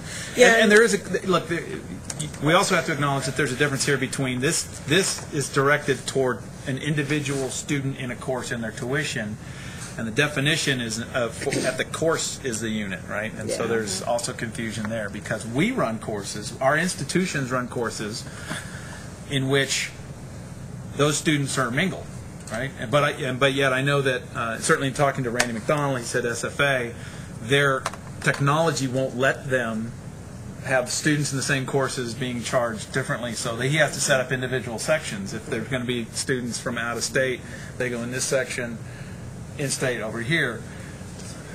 To me, there's a lot of pedagogical reasons to put those together into one course, but yet we need to be able to charge differential tuition and account for them differently in terms of formula funding. And I know some institutions, I know UNT has done a really good job of being able internally to track, and they have students in the same section, some of whom are in-state, some of whom are out-state, and are able to track that. I think the other way that we can deal with it, and I've made a note and Linda's made a note, is that we need to sit down internally, look at the memo that Don sent out in 1999, and it's 2009, so we probably should send an update. I'm guessing that there have been a few new faces come into your offices since 99, But and we can handle it in that This thing has become codified in many of our daily practices as a fundamental underpinning of how we do business. Well, then, darn it, it's my turn to be able to create some sort of bureaucraties that becomes codified. So getting back to the issue then, given that acknowledged confusion, there still needs to be a definition for an extension course, and the question at hand is, does this capture that? We didn't make a lot of changes to this. I'm not sure we made any changes. Yeah, we reduced a double negative as well. I didn't see any changes on 2 or 11. Yeah. One concern I had with 10, if you go with the majority of courses as opposed to the majority of credit hours, the student could have a slew of courses that are 1-hour courses. So I think credit hours is much easier to calculate, and that was in the previous definition than courses. Like that. Could you say program credit hours instead of courses, or program credit hours required? Yeah. Does that make sense? Yeah. Okay. The previous definition said complete more than 1/2 of the semester credit hours required for the program. That's it. That's good. All right. Everybody feel good about 2, 10, and 11? one comment about 11. I would strike including correspondence because I think it adds confusion on the next sentence, and Roz can write you an email on this. Whose semester credit hours are not submitted for formula funding. You can submit correspondence courses for formula funding. If you strike it, I think it eliminates the confusion. I agree. We all jive with that? Wait for Roz. Rosalind, if you're still out there and you haven't fallen asleep on us. Okay. So we're striking including correspondence whose semester credit hours are not, that whole phrase? No. Just in between just including correspondence. Yeah, so it would read distance education whose semester credit hours are not submitted for formula funding. Yes.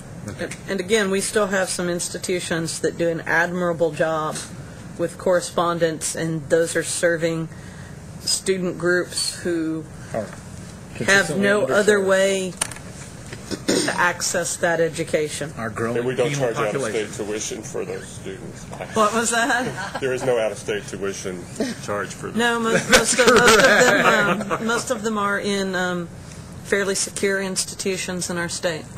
But what we're saying is They might be close to Sam Houston. correspondence courses would not be exclusive of number 9. I mean, why would, because we don't say, although we do go into defining, why would a correspondence course not fit that definition? Because the majority of the 9. Vanessa was talking about, I was just referring back to correspondence courses. If a number of institutions are still doing that, sorry. Well, there could be delivered electronically. Yeah. There is correspondence delivered electronically. Correspondence course fits into, The DE definition. It does, yeah. it does. And I wondered about independent study courses, and I had called Kevin Lemoyne before and asked about how and where that fits in. Because That's that right, instruction, that gets into that simplicity thing. that instruction is done away from the teacher too. Not always. Right. Well, no, that's true. No, that's Not true. all independent studies No, I are agree. done in that manner. It's usually a hybrid. Not necessarily. I've taught a whole lot of That's why I independent say study it's all courses kinds of things. in my time where it was me and a student sitting in my office. But I thought that was sort of excluded from distance learning as well, because you can have an independent study occur anywhere in the world, but it's still a resident credit course. So it's just maybe supervised through email or maybe not, And I think or through correspondence for that matter. given the current definition of 9, it doesn't exclude any of those. I mean, one would simply.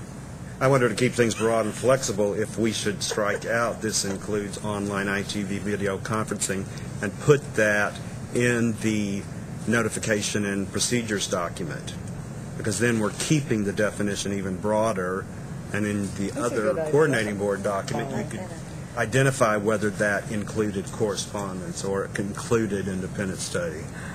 I'm sorry, folks. I have to read you the email that Rosalind just sent. James just wanted to see if I was still here, and I agree about striking that word from the definition, I think, because I don't have the document in front of me. You can see it. Yeah, right. There it is, Rosalind. Rosalind, trust us on this. Rob, is the group recommending striking of the definition correspondence course? Yes. Yep. Well, striking the reference to correspondence in 11. Well, at one point, their correspondence course was actually... yes. we The did whole that early definition we said was going to be, was subsumed under the other definition. Okay, so that previous definition would be deleted. Yes.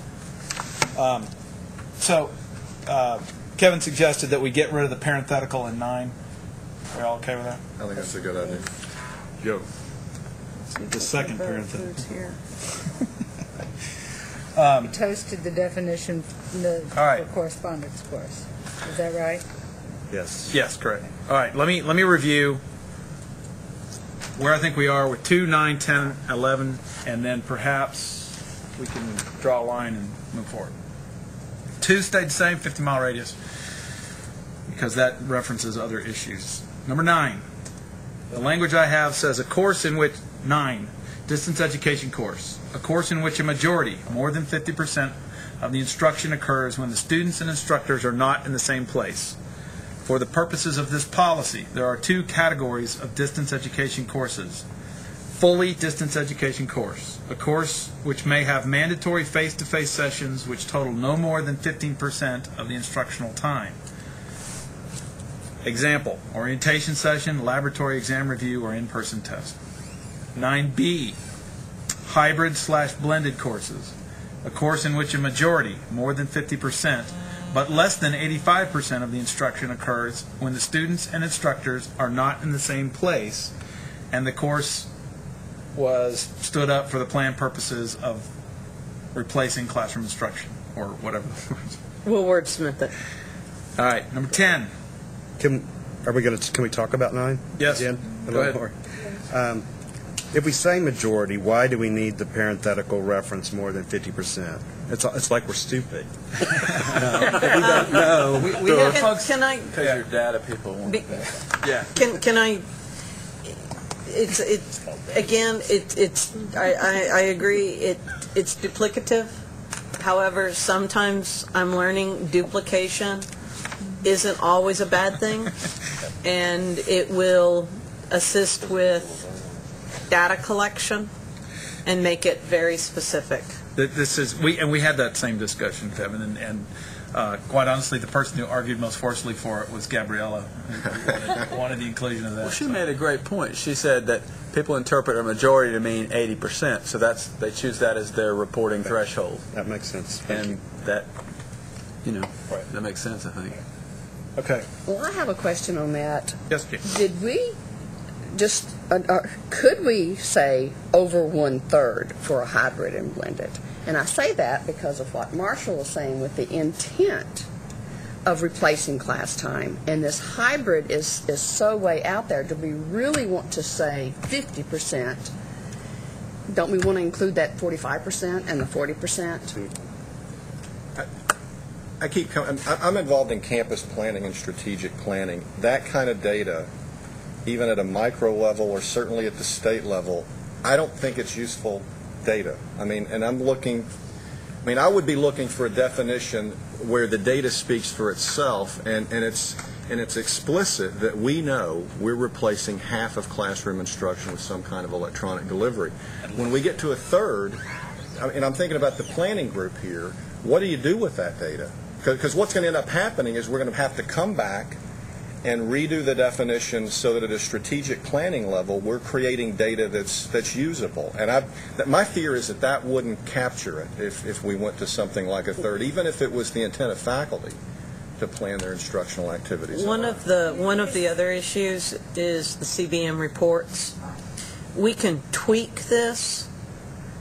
Right now, distance ed is in the CBM reports. Distance ed is defined as majority, more than 50%. It's very easy to drop in and have basically 2 sub-definitions, and you get to choose which one. To create, as I understand it, to create a new CBM reporting category would not only be a significant issue on our end, but it would become a significant issue on the institutions and the offices that are doing those CBM reports at your institutions. And that gets into all sorts of computer systems that I'm just a little old historian. It would also be a nightmare for those of us that have distance education fees. Yeah. Subsets of distance education. If distance education is majority, then these need to be subsets of that so that our fee structure and our reporting structure are in alignment. I have a question on 9A. I'd like to know in this room, do most of you or most of us, do we have an idea of what we consider to be a truly online course? I mean, it says fully distance ed, not online. Fully distance ed, and then we say, but may have 15%. That's what kind of... Our institution has always required, up until the last year or two, for student verification processes or purposes, the student come to campus for exams. we have now allowed faculty to determine how to assess student performance. So a lot of faculty no longer require any on campus, but we've always still referred to those as complete distance learning courses with a few mandatory activities. That's how we've done it. Our average course at our institution now is really a mixture. I mean, I couldn't even say that there's a pattern. It's always a mixture of local, out of the metropolitan area, out of state, out of country, and the way we determine, we put them all together. It's open registration, but we determine what Rob was talking about, the cost based on residency, their residency code. So they can easily maneuver, but I guess I kind of find it, I was agreeing with what William was saying in terms of how do we get a true definition of what an online course is. But are you requiring them to do a proctored exam at some site, or are all of your exams online? No, we recommend that that students, when they register for an online, that everything be online, and there's mechanisms, technology, and so forth. But sometimes some faculty do want proctor testing, but it's somewhere else. But that's still not online. Yeah, it's still, yeah. And I think when we start talking about That's what we're doing, but I'd like to have a clear definition. I think too, when we start, and this is something else to perhaps take into consideration with all of these rules and definitions. Y'all have got a very large system with a very strong infrastructure in place and fairly good fiscal resources. There's a lot of small community colleges out there, and even some regional universities out there that don't have that same set of resources, and particularly for those that are in rural areas, they may not be able to, they may not have the same set of resources. So for them to be able to offer online, they may be able to do most of it online, but there's just some things that they don't have the software or the servers for, and the students are just going to have to come.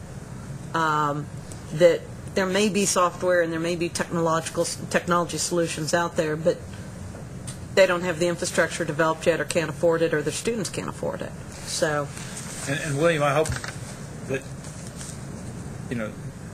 the way that this is written, I don't think it precludes your. No, it doesn't at all. I mean, I can live with this. The same for our internal purposes. Right. Real estate capacity and everything else, we have to have one definition of 100%. Right. All right, folks, where are we? Have we beat this sucker to death? Awkwardly. Yes. We have. All right. Given the changes that I noted, somebody care to entertain a motion? So moved. Second. All right. Further discussion. Okay, what was the motion? All right. I will. Let me restate. Whatever. Thank you. I believe that the motion is that his motion would be for approval of the following definitions. Area institution as written on the document you have in front of you. Distance education course. A course in which a majority, more than 50% of the instruction occurs when the students and instructors are not in the same place. For the purposes of this policy, there are two categories of distance education courses. Fully distance education course, a course which may have mandatory face-to-face sessions which total no more than 15% of instructional time. Example, orientation session, laboratory exam review, or in-person test.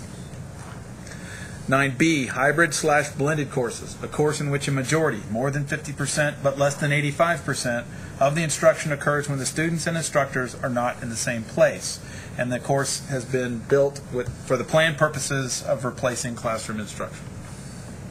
10, distance education degree or certificate program, a program in which a student may complete a majority, more than 50% of the semester credit hours required for the program through distance education courses.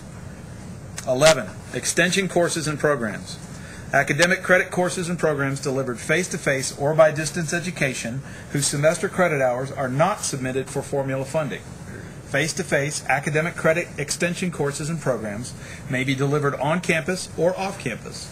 This term does not apply to courses and programs delivered by community colleges to an extension center or extension facility unless the semester credit hours in the courses are not formula funded. I second. All right. Rob, I just had a little brainstorm. Yes, sir. I guess if we've had a motion, we can now discuss. That's correct. All that other discussion didn't count. That's right. Well, we've got the fully distance education course. Maybe some of Marshall's language would come into play here. A fully distance education course is one where the intent is to replace the classroom with online instruction. However, it may have up to 15%, blah, blah, blah, blah. Would that be an improvement? Say that again. A fully distance education course, a course where the intent is to have basically the intent is to replace the classroom. You know, and I think the way to do it in this context would be is the intent is to fully replace classroom instruction. However, there may exactly. However, 15% of the instructional time may be face-to-face. And then we could have the examples as needed if that's the way you wanted to go. And I think the one that's here is cleaner, because every now and then, you know, I can remember you had the first day of class and you gathered everybody together and blessed them and sent them out to do whatever they were going to do. And during the semester, there might be an issue, so you gathered everybody up again. But I mean, it's interesting having spent time with Gabriella last week and the way they do the 4s and the 9s, and you know we've got to have clarity at the time we send in the 4. And so if the intent to start out again is to do a fully distance ed course with the understanding you may have an orientation and an exam or a face-to-face meeting, that's the way it's going to go in on the 4.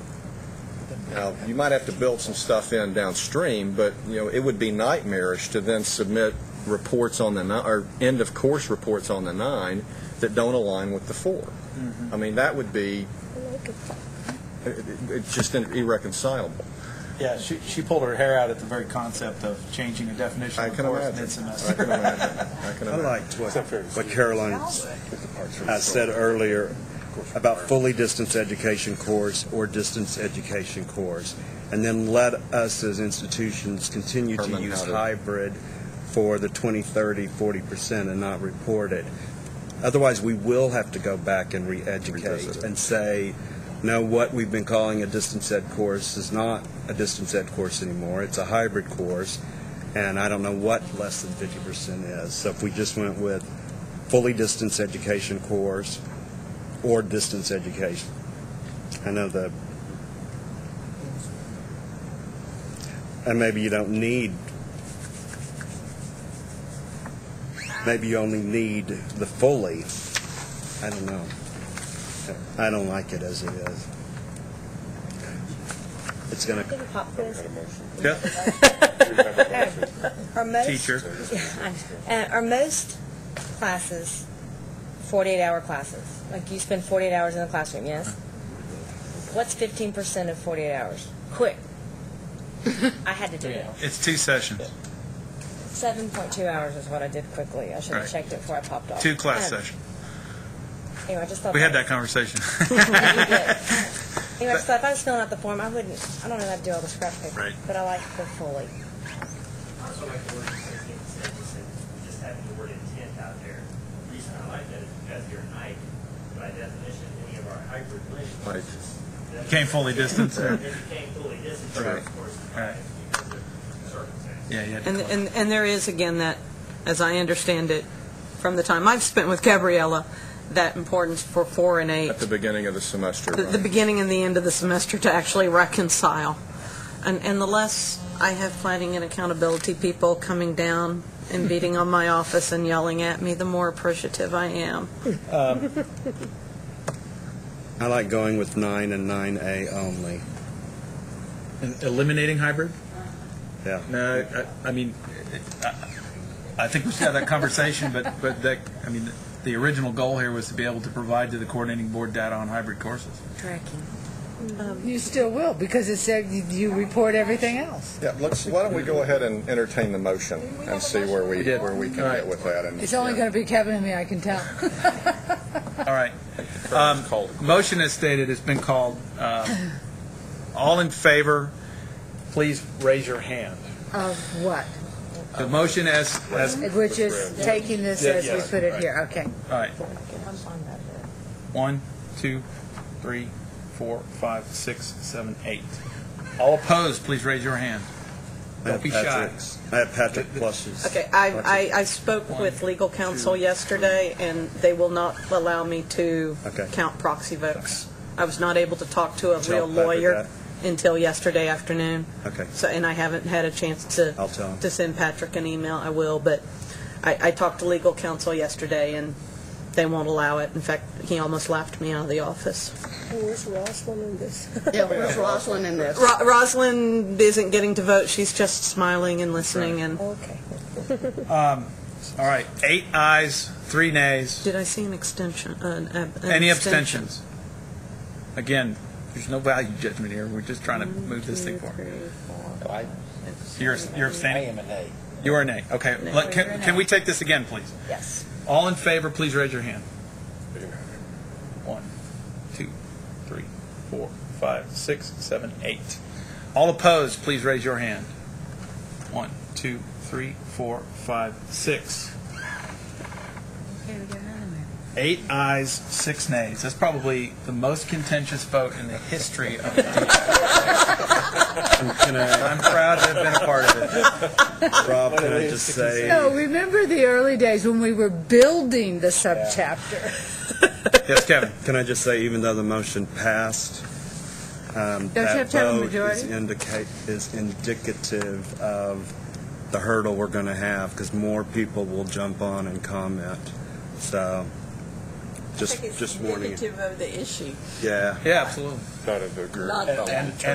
And frankly, to me, it's indicative of the inability to come to consensus on definitions that are this important. Exactly. I don't think we would ever have a 100% aye. It's just, No, or the product that we would all vote on would be so generic as to be useless. So, all right. I would like to offer that we take a break, a bio break and lunch. Vanessa, if that's jives with your plans. Reconvene, and we will move on with our happy day at 12:45. Definitions was easy compared to the next stuff. Oh. we have we need to look this hard. was a 2-day retreat? It is. He's booked us rooms. We're retreating to the bar after this.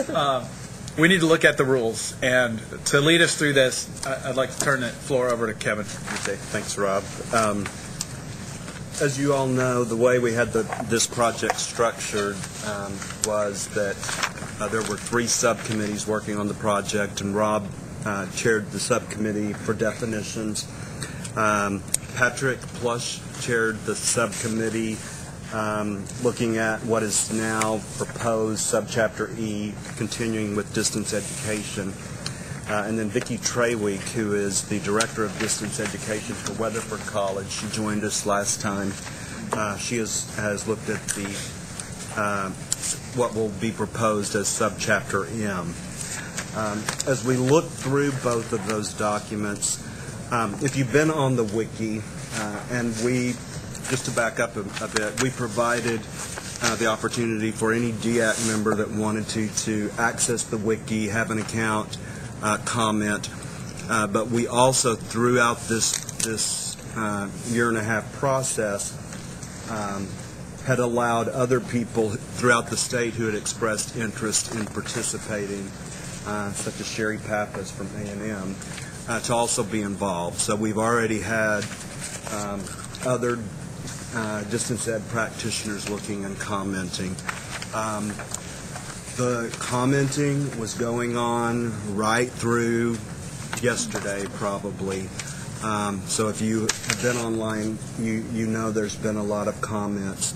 And Patrick and Vicki both understand and accept that we are still at that point. What our hope is, what my hope and Rob's hope is, that as we walk through this today, we can approve these in content as we did with the definition, or in substance, and then allow Rob, Vicki, Patrick, me, and anyone else who wants to participate these next 2 weeks to go through and double check a number of things.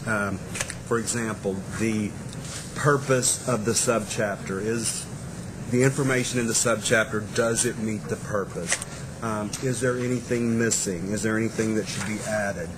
Patrick's comment earlier in the week was that, in his opinion, this was the start of cleaning up and clarifying things, but we had yet to look at the big picture and see if there were good things that need to be added.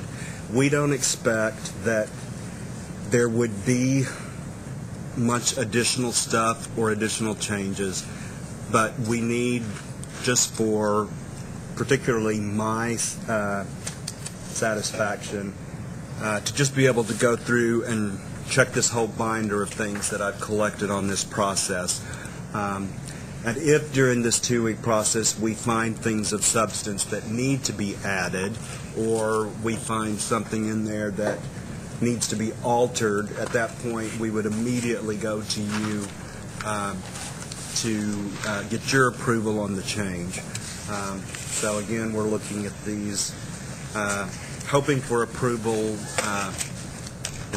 of substance. So if we would start with subchapter M, I think that's the easiest one. The first couple of pages are definitions. We've already been through those with Rob, I believe. If you recall, when we separated the two subchapters, we also separated the definitions. The definitions that were strictly distance education were left there. The ones dealing with this were put in here. So we will be renumbering, I guess. She may have already renumbered. So moving on to the page that, let's see, the bottom of like the 6th page that says General Provisions, section 4.340, General Provisions. The next page talks about this subchapter governs the following. And again, the focus of this subchapter is on off-campus or extension courses. Off-campus being the definition for a community college. Off-campus is anywhere outside its service area. The definition for a university is anywhere off its main campus site. So if it offered a class in a shopping center or at a high school, that would be off campus. And then we talked about the definition of an extension course earlier. One of the main components of this chapter is the functions of regional councils. And for those of you who have not been involved in the regional council process, institutions are required to report their off-campus courses at that, in a report to that council. It doesn't have to be at the meeting. That way, if a community college, for example, if Tarrant County is doing something in Dallas County's area, we get approval from Dallas County, and then we make sure the regional council is aware that that is going on. Some have said that's a way to play nice together, to keep people informed with what's going on. So the regional councils is one of the main areas. If you recall from the last meeting, Vicki, as chair of this subcommittee, her subcommittee developed a template that would be used for reporting off-campus courses. The Metroplex Higher Education Regional Council, where I am in, we use that as a test this year, as did one of the other ones, Vanessa, I can't remember, Amarillo area, I think. I believe so. Abilene. But the DEAC did adopt that. Again, that's a procedure, so it doesn't have to go in the regulations part. It's a procedure.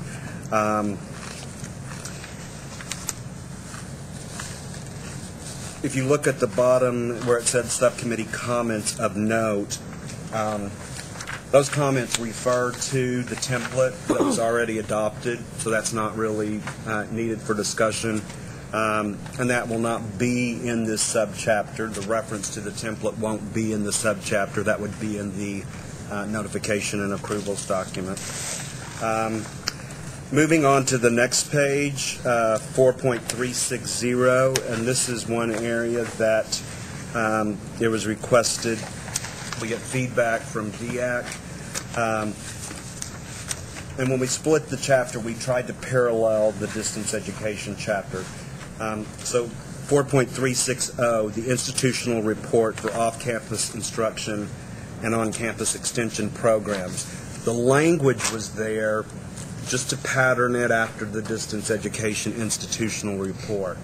The feelings of most people, including the committee, I believe, is that do we really need to have an institution do an institutional report prior to offering a course off campus? Do we need Dallas County Community College to do an institutional report before they would go off campus and offer their first course in Denton, perhaps?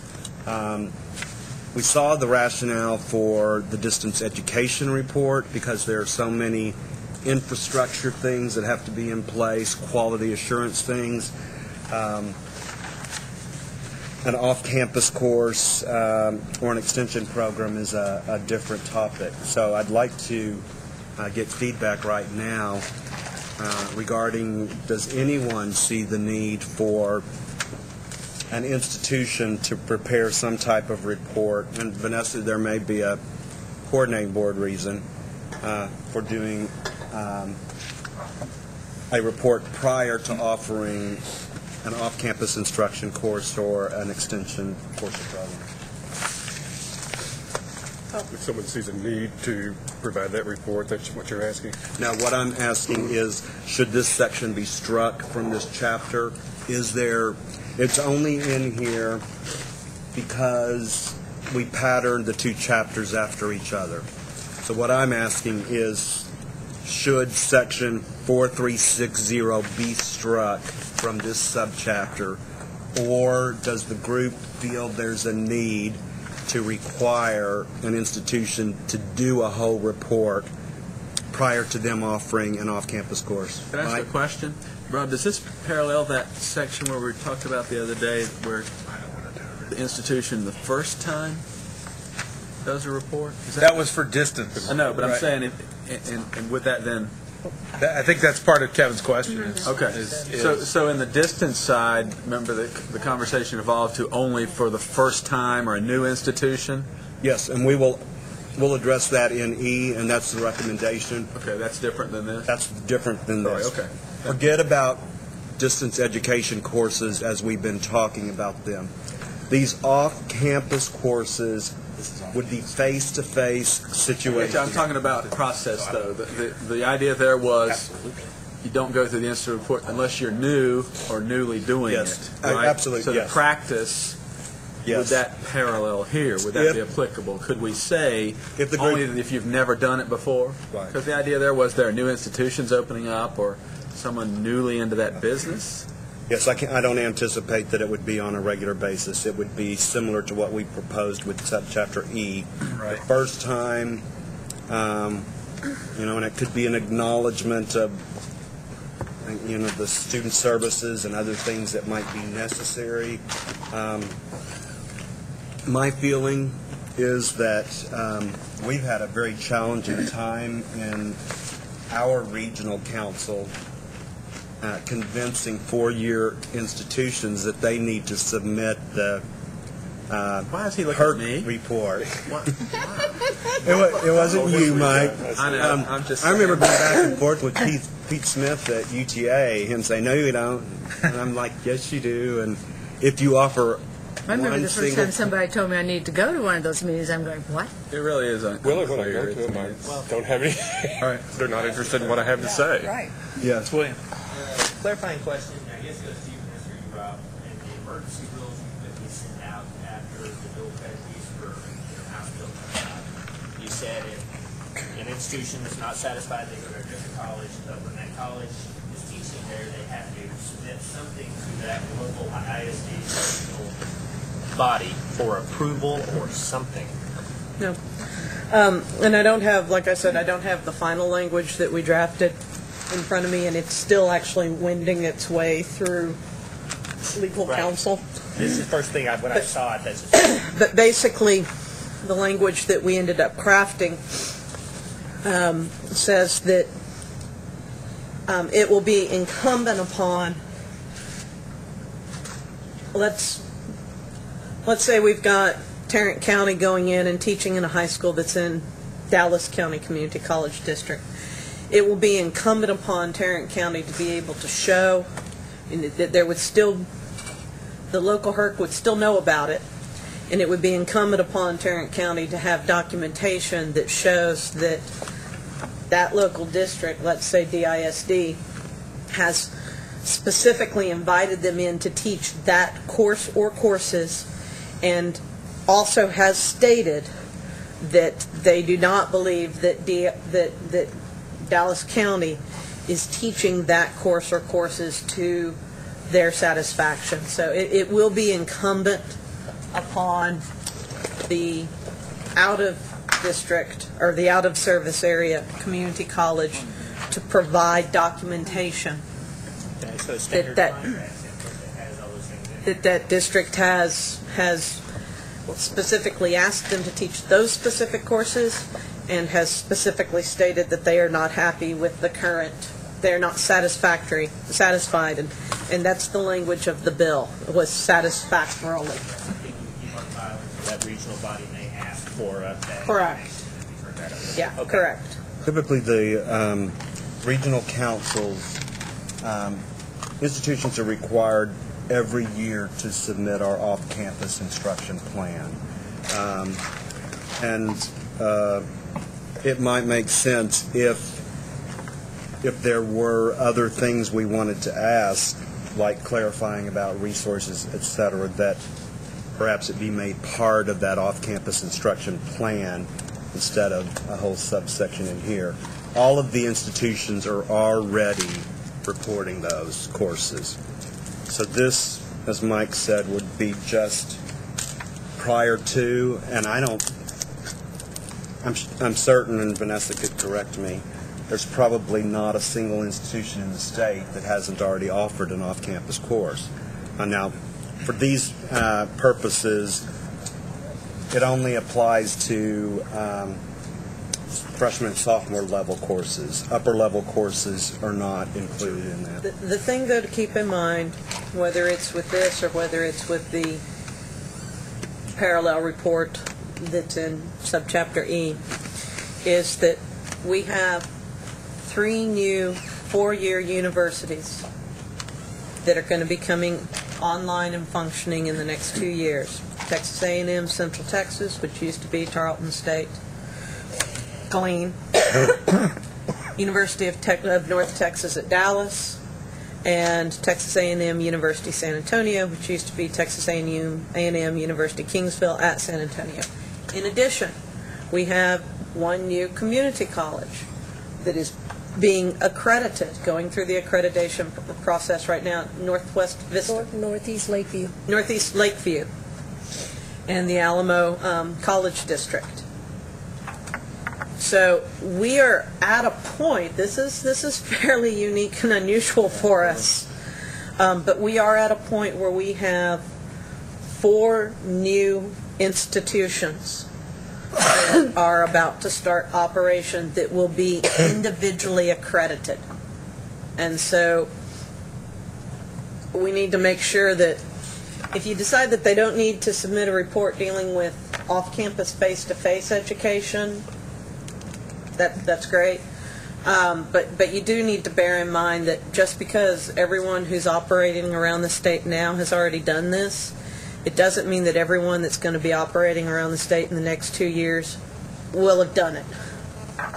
So just keep that one in mind. I guess our question to you, Vanessa, is since the report would be one that would be submitted to you, would you find a report like this helpful? Do you see a need, when strictly speaking about off-campus or extension courses, because I think everyone agrees the distance ed that we'll talk about in a minute should be required the first time. Do you see any value in this one? There are resource issues that I could see that would need to be taken into consideration with off-campus instruction. Again, I'm going to echo what McGregor said earlier. In this case, we really are looking for your input. I'm very interested in hearing your input. It could be useful, sure. If you guys don't think it's necessary, that's good input for us to have as we try to figure out how we're going to handle all of this. Feelings, anyone?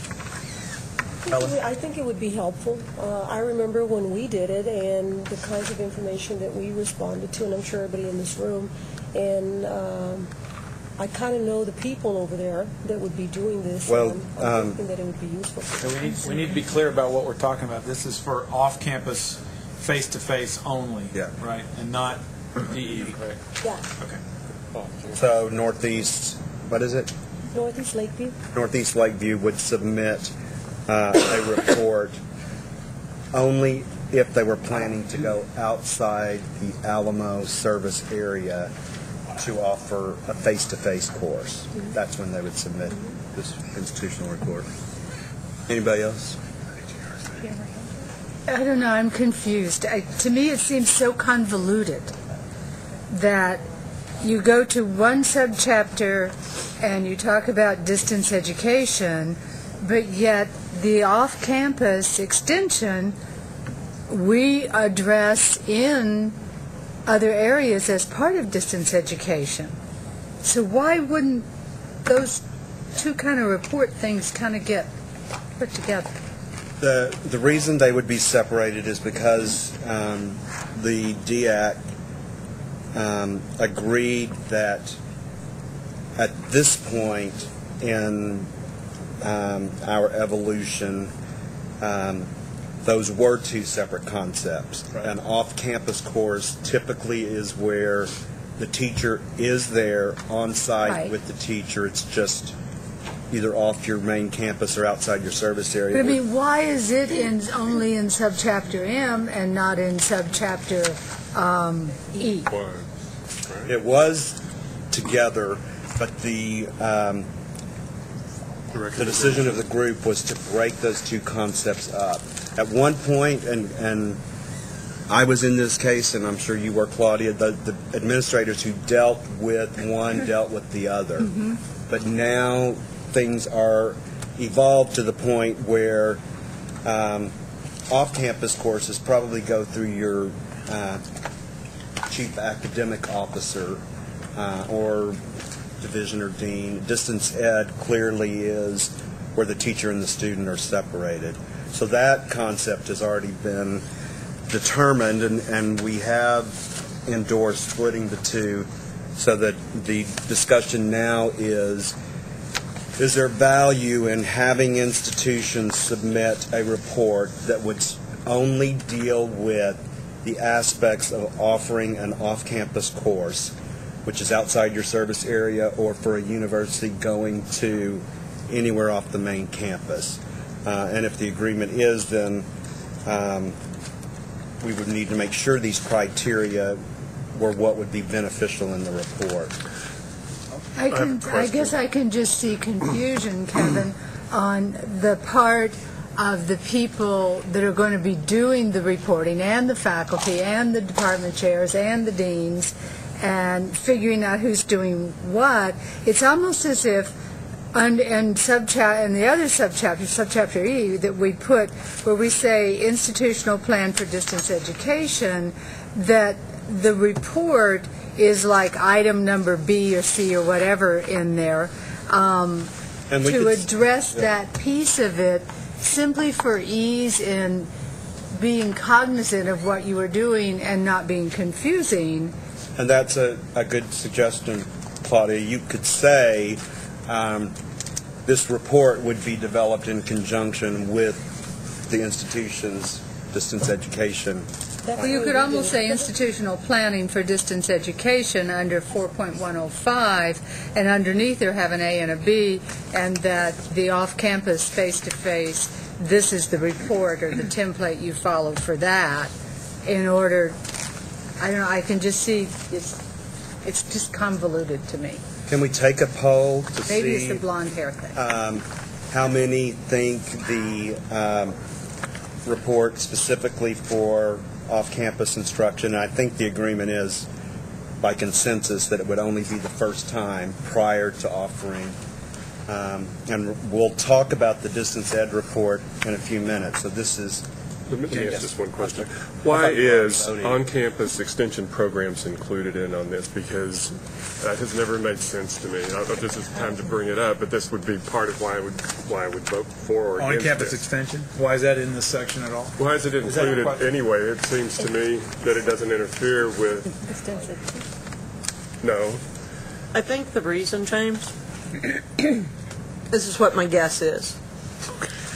My guess is that it had to be somewhere, and that this is just where it got put.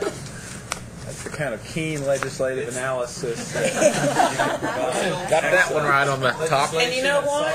Thanks to my time spent doing legislative analysis and my years spent getting those three initials after my name, which we all know stands for Wildmeyer and Deeper, I can actually make that into an 8-page or a 15-page. I would vote to strike that and maybe reconsider. And I understand you're able to do that now, too. Incredible, yeah. Okay. But I'm not being flippant, James. I know think you're not. that's how it got put in here. It had to go somewhere. Is that it had to be somewhere and they stuck it here. If it doesn't belong here, then tell us, and then we can figure out. It doesn't belong there. Then maybe we can figure out where it should go. If it should go anywhere. Well, that would be my question, yeah. Why? And subchapter E, as it exists right now, is for standards and criteria for 1, distance education, 2, off-campus instruction, and 3, on-campus extension courses and programs. So there really are 3 concepts in our existing subchapter E that we're operating under now. When we did the split, we took out distance ed and kind of the same thing.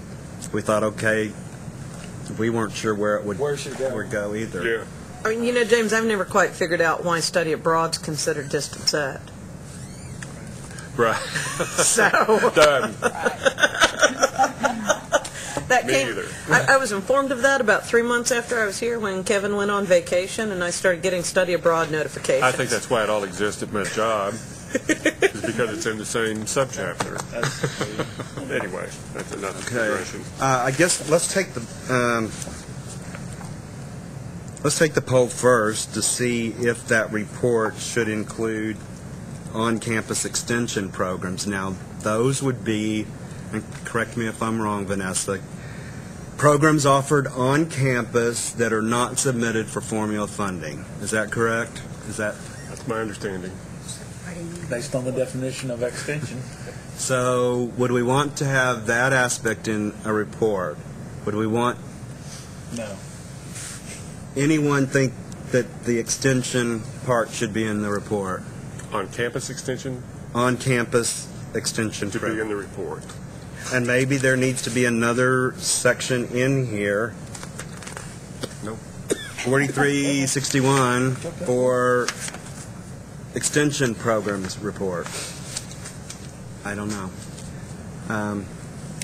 So let's say I didn't see anyone who said the on-campus extension program should be part of this report. So now we're focusing only on should we require institutions the first time, such as these 4 that are opening this fall, to submit an institutional report for off-campus instruction? So they're all 3 are universities and 1's a community college. So the universities would have to do it before they could offer anything off their main campus site. The Northeast Community College in San Antonio would have to do one before it offered a course outside of San Antonio, or their service area. Can I? I'll still pull the newbie card a lot. I'm confused from the community college's perspective. Why would I offer an off-campus?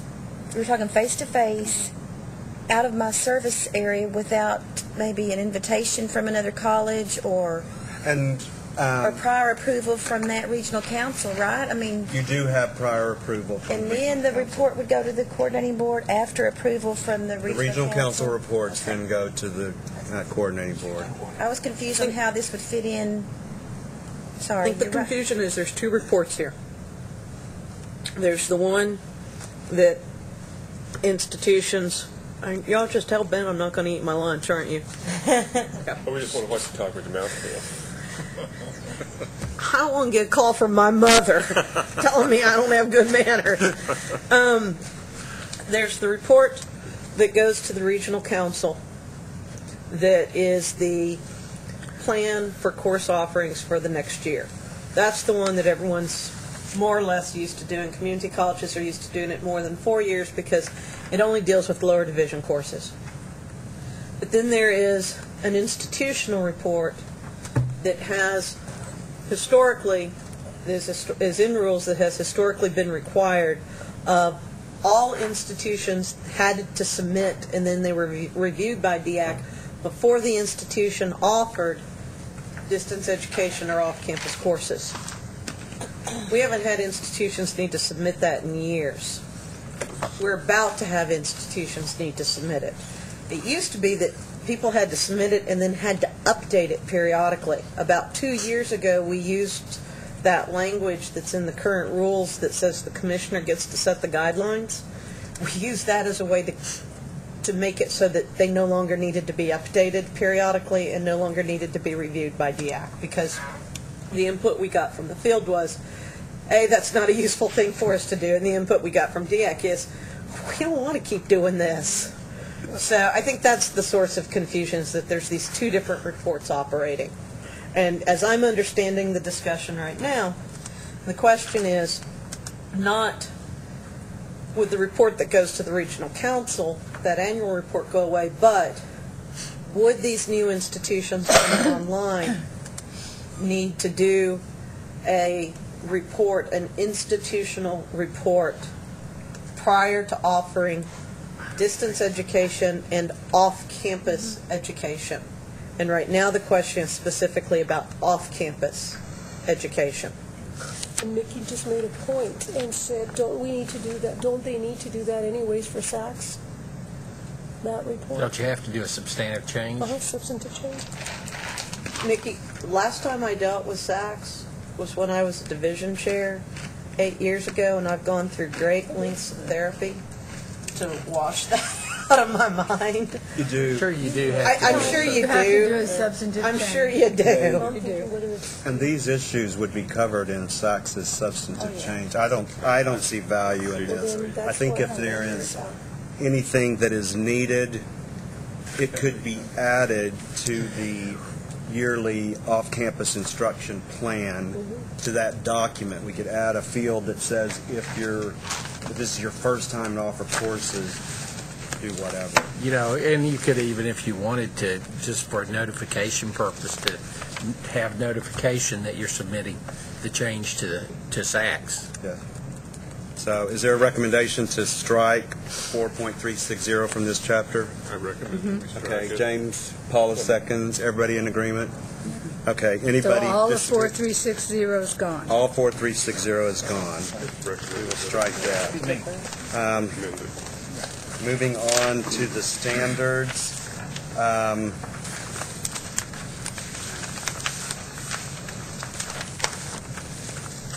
I don't believe there were significant changes, but the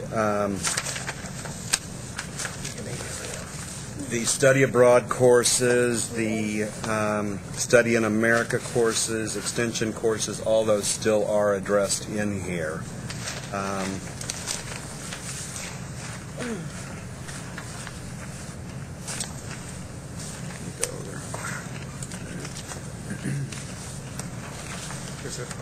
Vanessa, did you have anything else in that subchapter that needed to be brought to the attention of the group?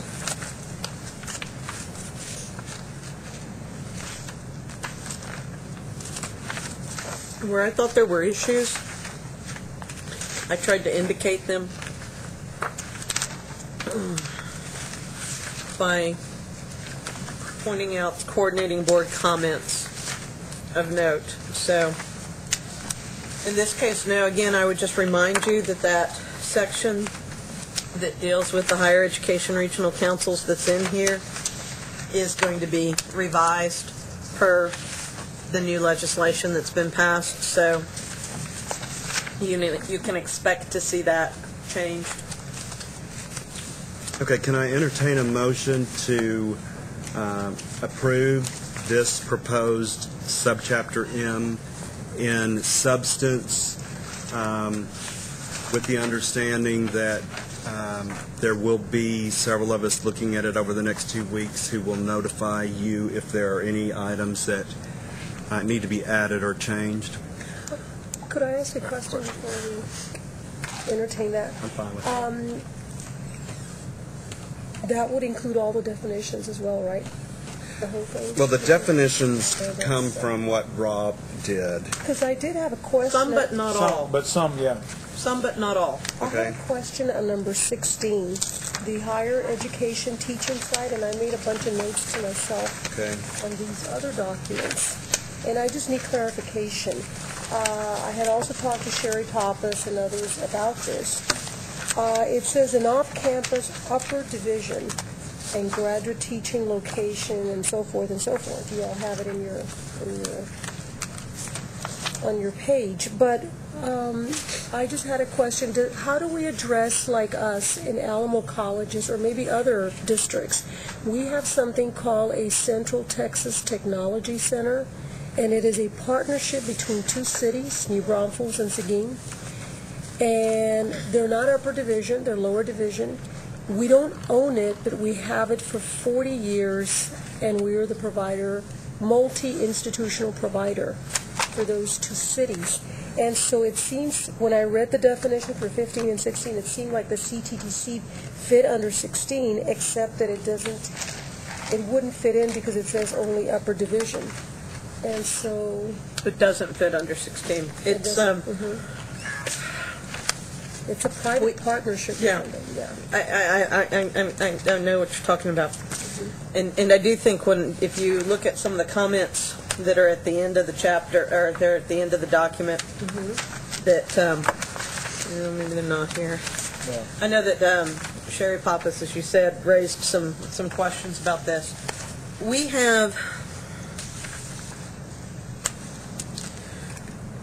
We've got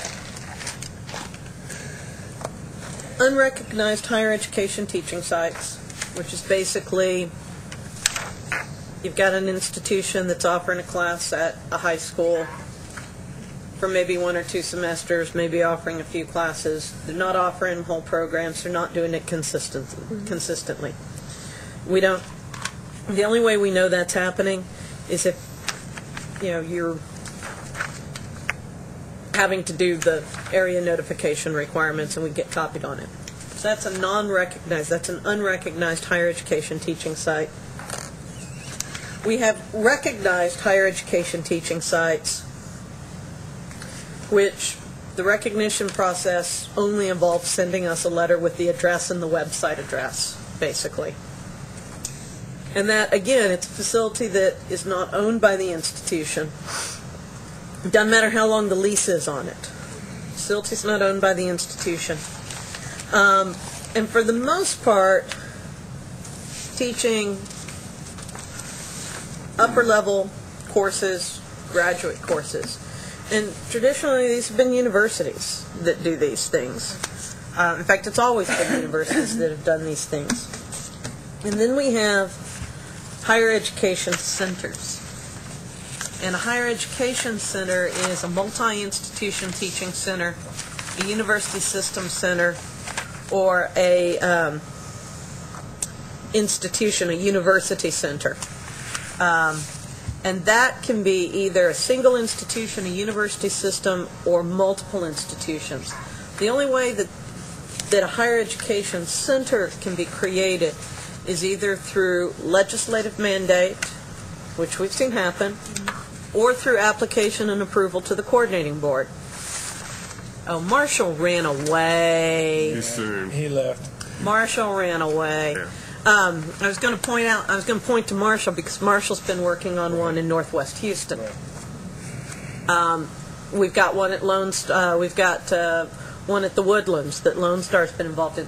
The people that offer the classes there are universities. That's fine. I just need a clarification because we discussed it and I wasn't sure how that would fit in. That's fine. And so I didn't want to. However, I do think if you look there, my understanding was that as I went through the wiki, that subcommittee was making a recommendation for a change to definition number 15. And they were recommending the removal of that last sentence. They have minimal administration and usually locally provided facilities. So I do sort of, before you vote, I do want to make sure I point out that there are a couple of these definitions, too, that there were changes recommended. And if you already went over this, Kevin, I apologize, because I was trying to eat. I didn't, Vanessa. I was somehow delusionally thinking Rob did all of them. Nope. There was... So if you want to... Vicky took the ones... Okay. And if you want to back up and circle these numbers, these are the ones that are available for revision here. Just circle them now, and then we'll go back through and talk. Number 8, number 9, number 15 and 16, 19, 20, and 21. 22 will be deleted because we just agreed to delete that plan, and that ends then. So going back,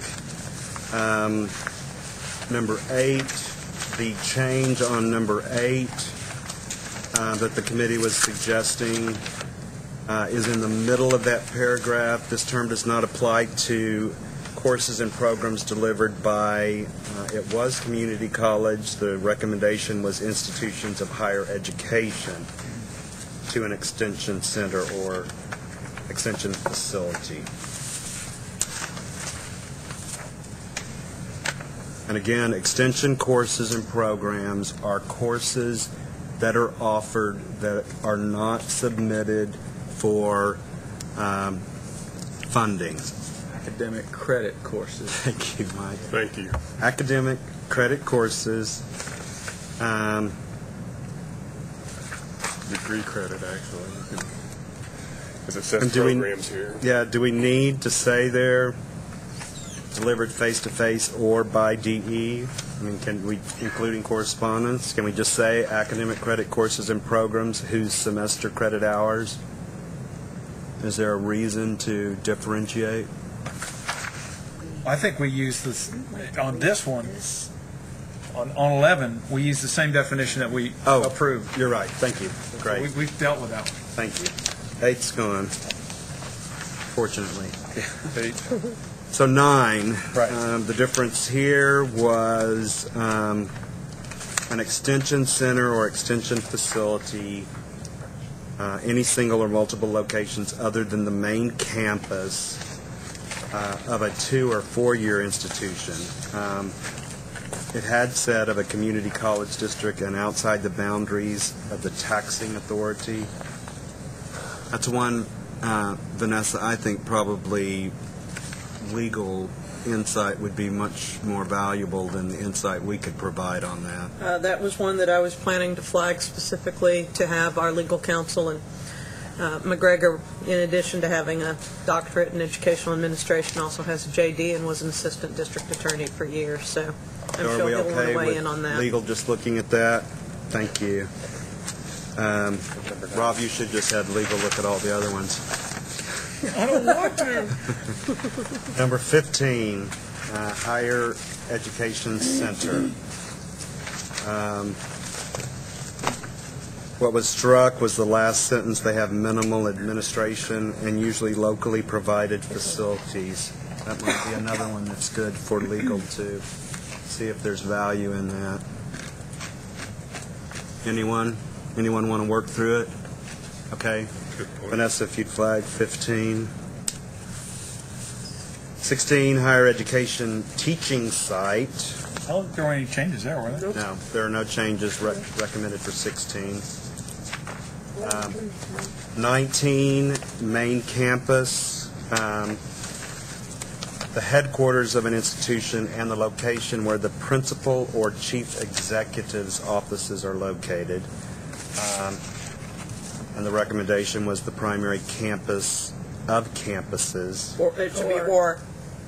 I'm This is sorry. what happens when I'm typing at 3:30 in the morning. The primary campus or campuses of an institution of higher education supplying.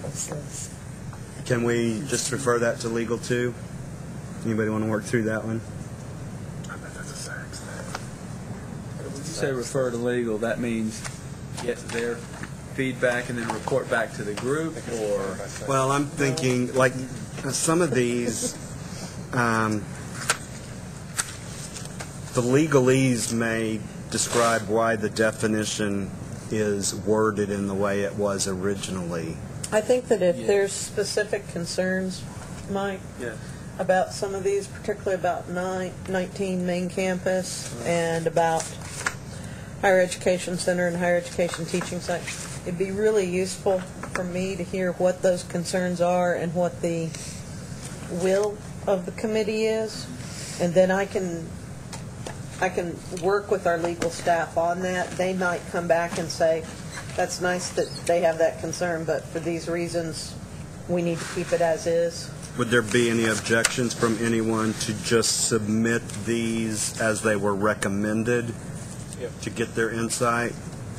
I wouldn't object. I would just note that that language is used by our institution because of our Houston and Dallas centers campus. I mean, that's the previous language or the new language? That main language has been cited in a number of instances dealing with our facility requests and things. So just throwing that out, it has some ramifications for at least us, but I don't know if it matters to anybody else. I actually do have a few concerns about that main campus definition. I think it may be widely enough used that it would have some ramifications if it was changed.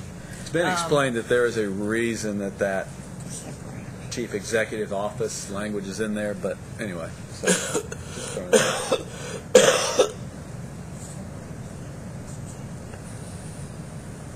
Okay. And this might be one of those cases where we take your advice under consideration, but have to keep what's there. Okay, off-campus course.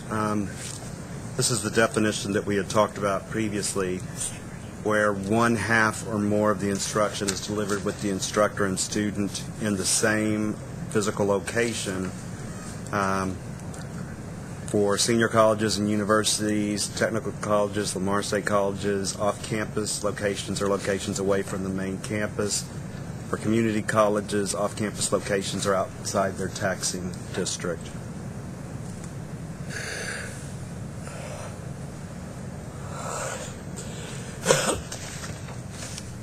And I know, Vanessa, the question came up in our regional council meeting.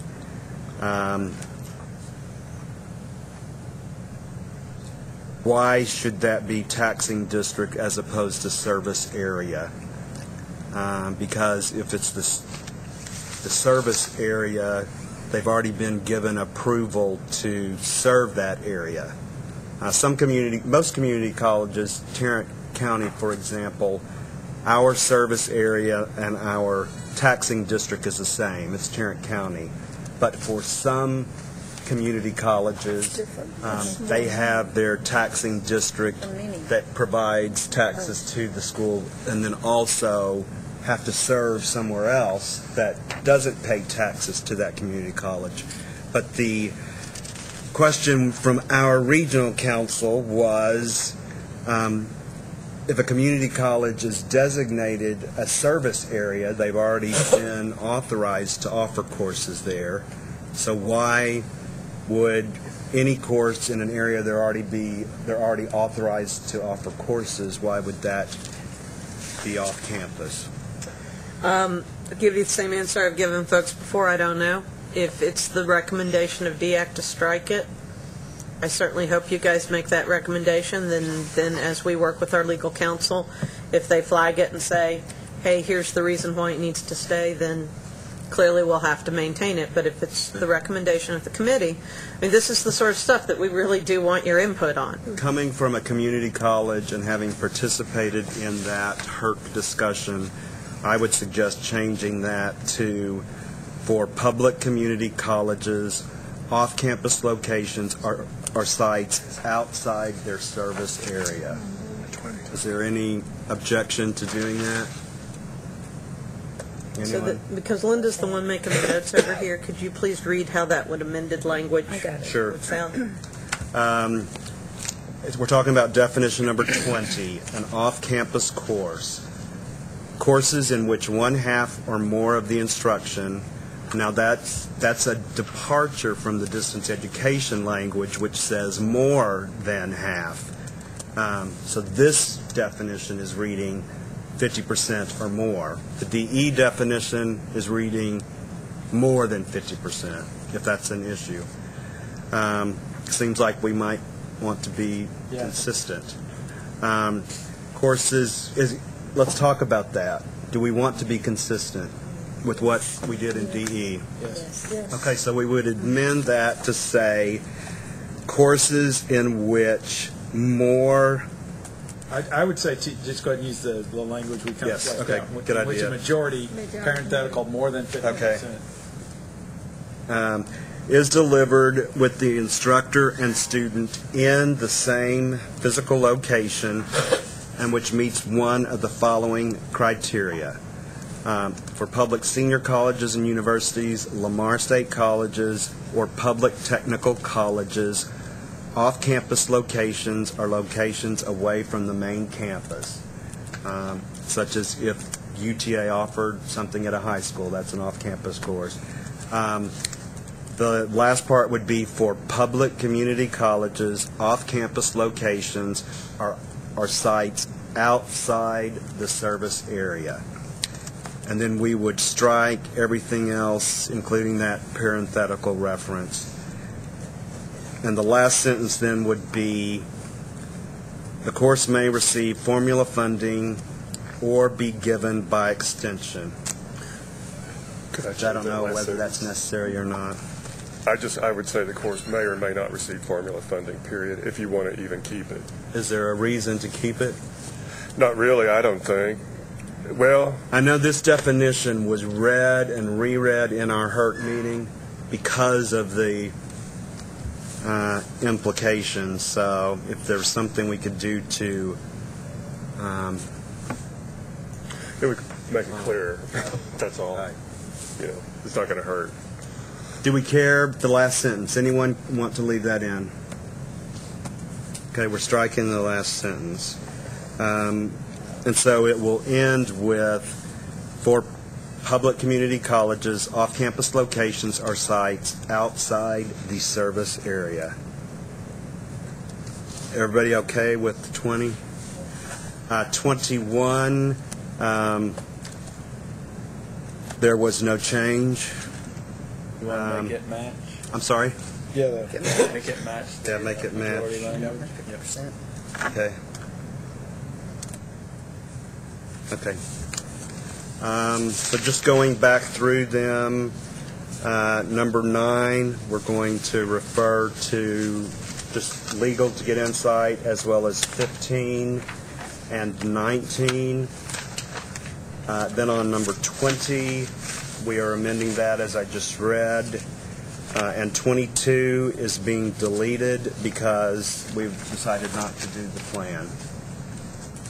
Okay, any questions about the definitions? Okay, now that we've gone through the rules and we've gone through the definitions, thank you for bringing it up, Helen, because I mean, we would have missed a huge part, so thank you.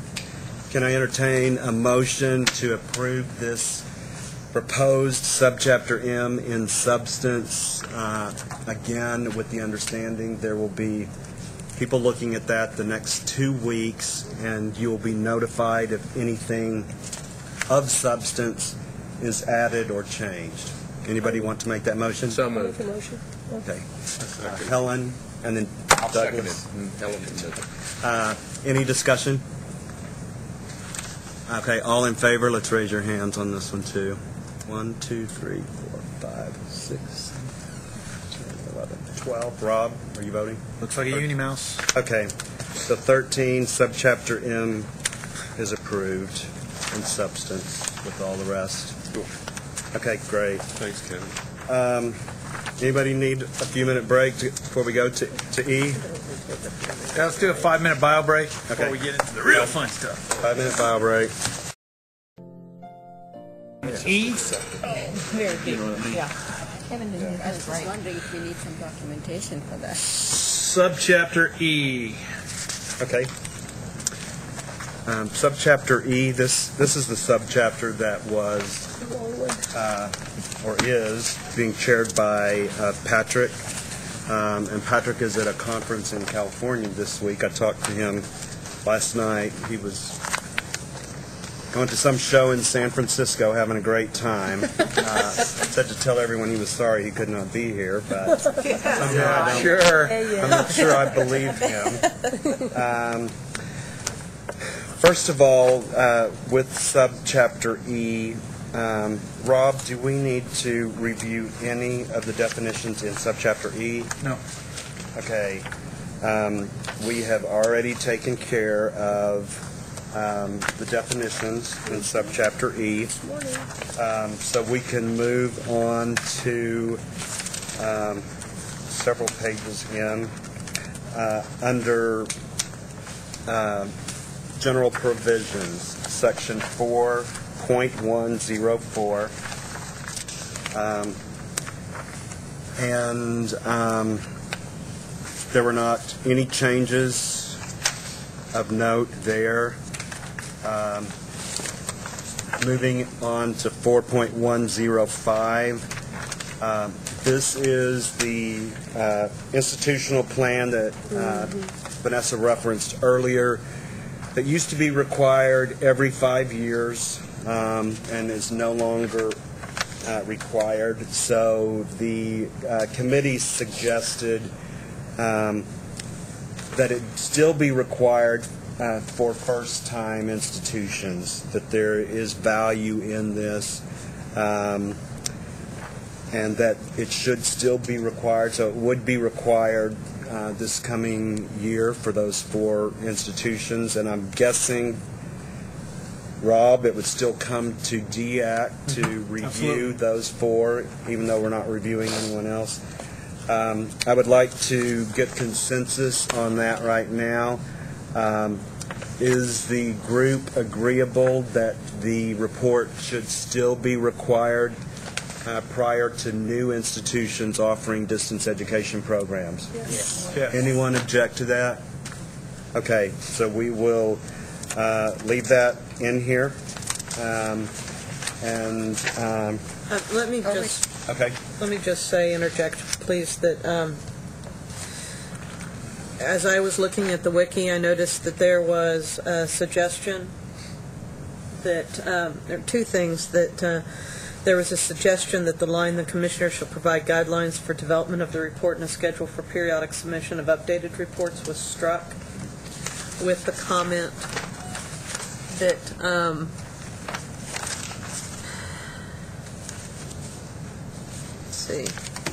this phrase, "scheduled for periodic submission," implies that reports beyond the original report will be required.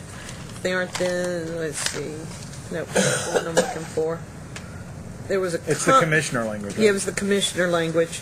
It is very useful for us to keep commissioner language in here, because what that does is it provides us with the flexibility that we need to be able to change the guidelines regarding that report, or to change the schedule, or to change any other issues. If you strike the commissioner language, then we no longer have any of that flexibility. And it was that language that gave us the flexibility to make a policy change so that you guys don't have to keep updating it every 5 years. So in other words, without the explicit language delegating to the commissioner, who can Correct. then delegate internally, it has to go back to the full board? Correct. That's my understanding. That doesn't make sense to me, because our goal is to keep them broad and flexible. So This does just keep it broad and flexible. There's language in here that says the commissioner shall provide guidelines for development of the report and a schedule for periodic submission of updated reports. That's the language that provides us the flexibility to act upon it and to make changes If it's okay to it for if me it's to necessary. disagree with you, I would like to. Well, I'm sorry, what was that, Kevin? I said if it's okay for me to disagree with you, I would like to. Sure. Thank you. We've been talking all along that there are some things that are rules and some things that are best in the notification and approvals. It just seemed to me that the rule is the report is required. The other information then would come in the other area, in the notification and approvals document.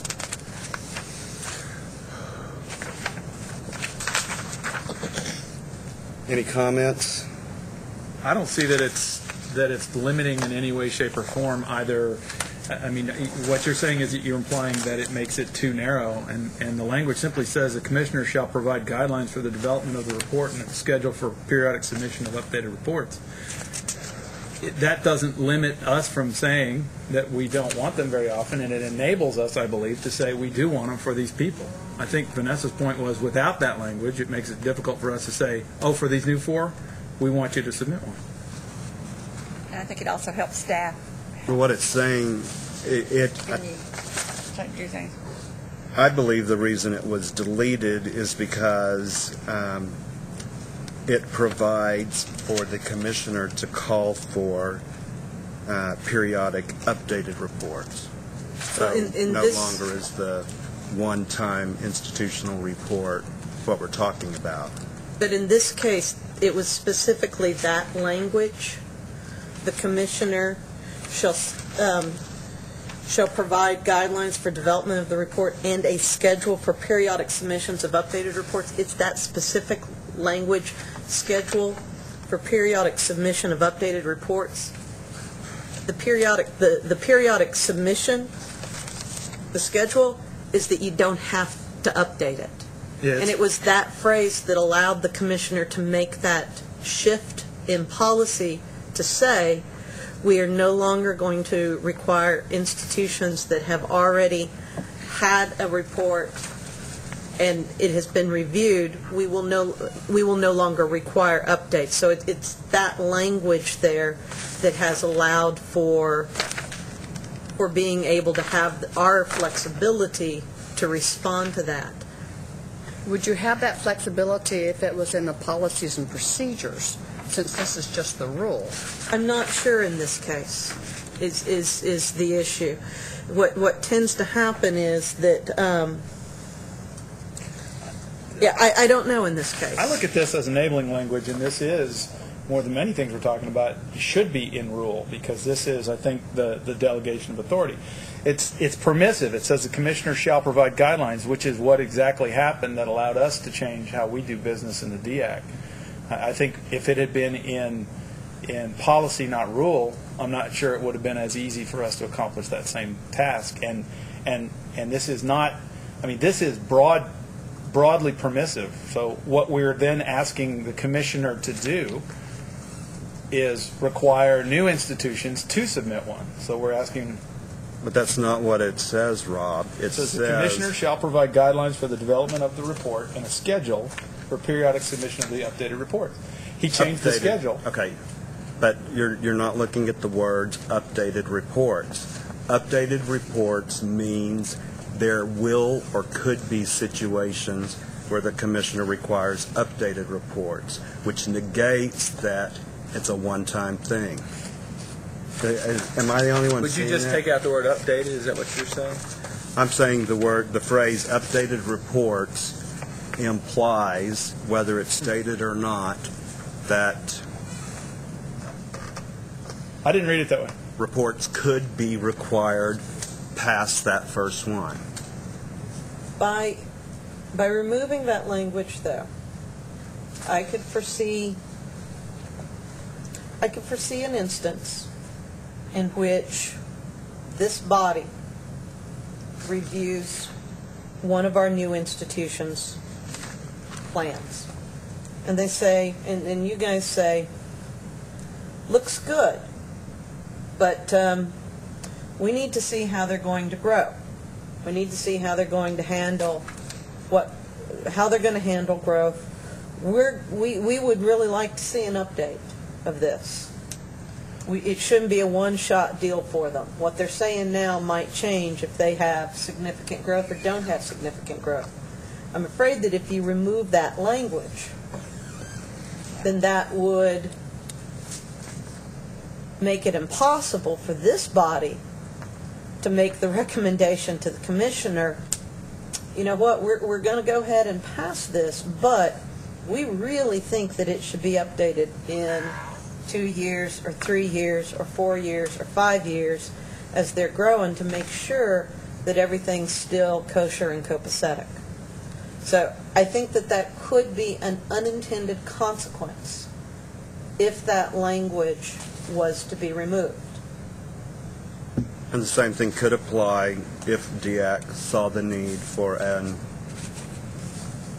institution who had been operating for years to submit a report. You know, there may be an instance where we might want to do that. I can think of a couple right off the bat. So, go there. Problems. The way the language is stated, the commissioner shall, which is, I'm changing shall to may, which leaves a little more flexibility into it. It doesn't have to do it every time, only if there is a reason for doing so. Would that satisfy your objections, Kevin? And add new and updated? Shall is a requirement. May. My sense is, my sense is, if we strike this language, once it runs through the coordinating board's internal process, because all we do is suggest it's going to come right back with the same language, we might offer improvements rather than striking it. That's just my sense. I don't really have anything to base that on other than it sounds like a critical underpinning of a rules document to have established. I guess the schedule for periodic submission just didn't seem like a rule. Maybe, I don't know, development of the report and the need for updated reports. Is anyone but me having problems with this? Because if you're not, we can move on. Well, my sense also is, what if there, as we mentioned, there might be some that really have problems, and it allows for that flexibility to be reviewed. Okay. Good point. Anyone? Okay. All right. I'd also like to What I ask, said was, let's leave the language. Yes. do we want to strike the word programs from the title of this institutional plan for distance education? It's just distance education and not distance education programs, because there is a big difference at Texas A&M, whether it's distance education or distance education programs. What was the title of the reports? It was institutional plan for distance education program. Or institutional report. Institutional report. For distance education Programs. When I talked with Patrick about that, his feeling was an institution has to submit that plan before they even offer one course. And so it's not programs that are kicking in. They have to do it before they can do distance education, period. So is everybody okay with leaving programs off? The title will be Institutional Plan for Distance Education? Yes. Okay. Moving on to B, B gives the policies, and these are the things that plan really addresses. But it also reflects on quality in the subchapter, quality being one of the goals. So this is referring to quality as well as reflecting back to what's required in the institution plan.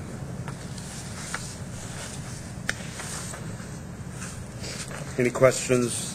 Okay, 4106, standards and criteria. Kevin, the only comment I'd make is that if you are changing the title of 4106, then in B, where it talks about an institutional report, it should say plan. Thank you. Any other notes? Okay, 4106, these are the standards and criteria.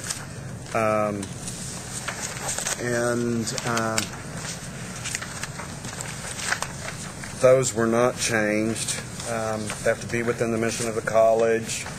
Institutions approved course list, approved programs.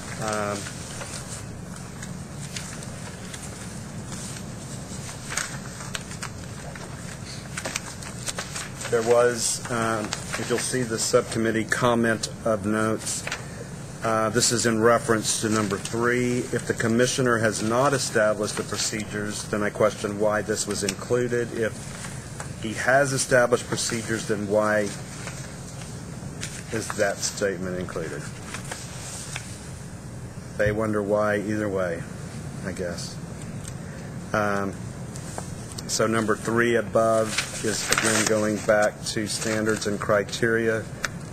The following provisions apply, and one of the provisions being the commissioner shall establish procedures governing quality review and approval of distance education courses and programs.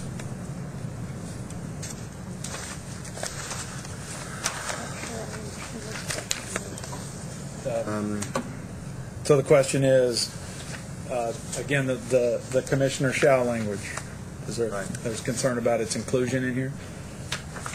Any concerns, or we'll leave it in?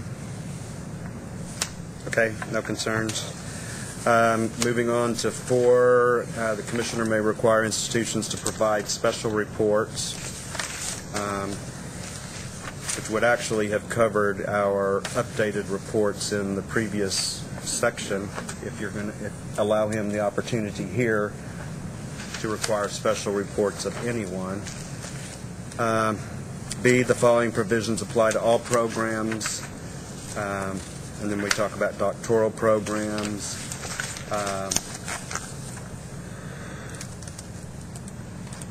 Regulatory agencies. Number 3, there was a comment that Ron Thompson had asked, is the governing board approving the degree program or the mode of delivery? And I believe DEAC already answered that at one point, Vanessa, and it was actually each degree offered at an institution by distance ed had to be approved. Is that correct? Yes. That is my understanding. So each degree program approved by distance education. I don't think we need the parenthetical reference like all other degree programs do. I think that's where that comment came in. Ron's question was if the governing board has approved the offering of that degree, like a bachelor's in biology, then is that okay to offer online, or were the rules saying, even though that's already approved degree, they have to have a second approval to offer that degree via distance ed?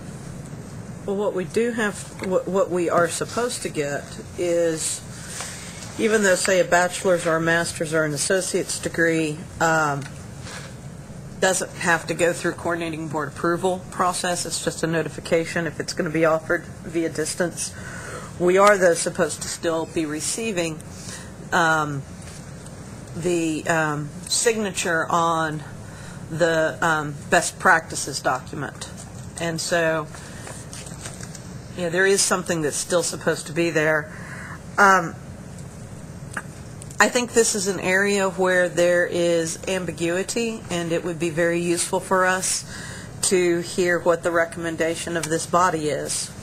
Do you think that if you have an existing degree on the bachelor's level in, say, history, that you should have your governing board approval before you move it into an online program, or do you think that we shouldn't require that? And bear in mind, if you're part of a university system, you may have a system policy that still requires you to get governing board approval and system approval. If I can relate this to a community college, since our degrees typically are 64 hours, you're talking 32 hours or 33 hours comprises more than half. Once a student takes government, history, English, and science, they're going to have more than half the hours required for any of our degrees. So what this would require is we offer 47 Associate of Applied Science degrees. This would require every time one of ours kicked over 33 hours. It would be not quite the same at universities, since the hours would be more than 120. It would take 60 hours or more to kick in. The degree's not changing, just the mode of delivery is changing. A lot of our students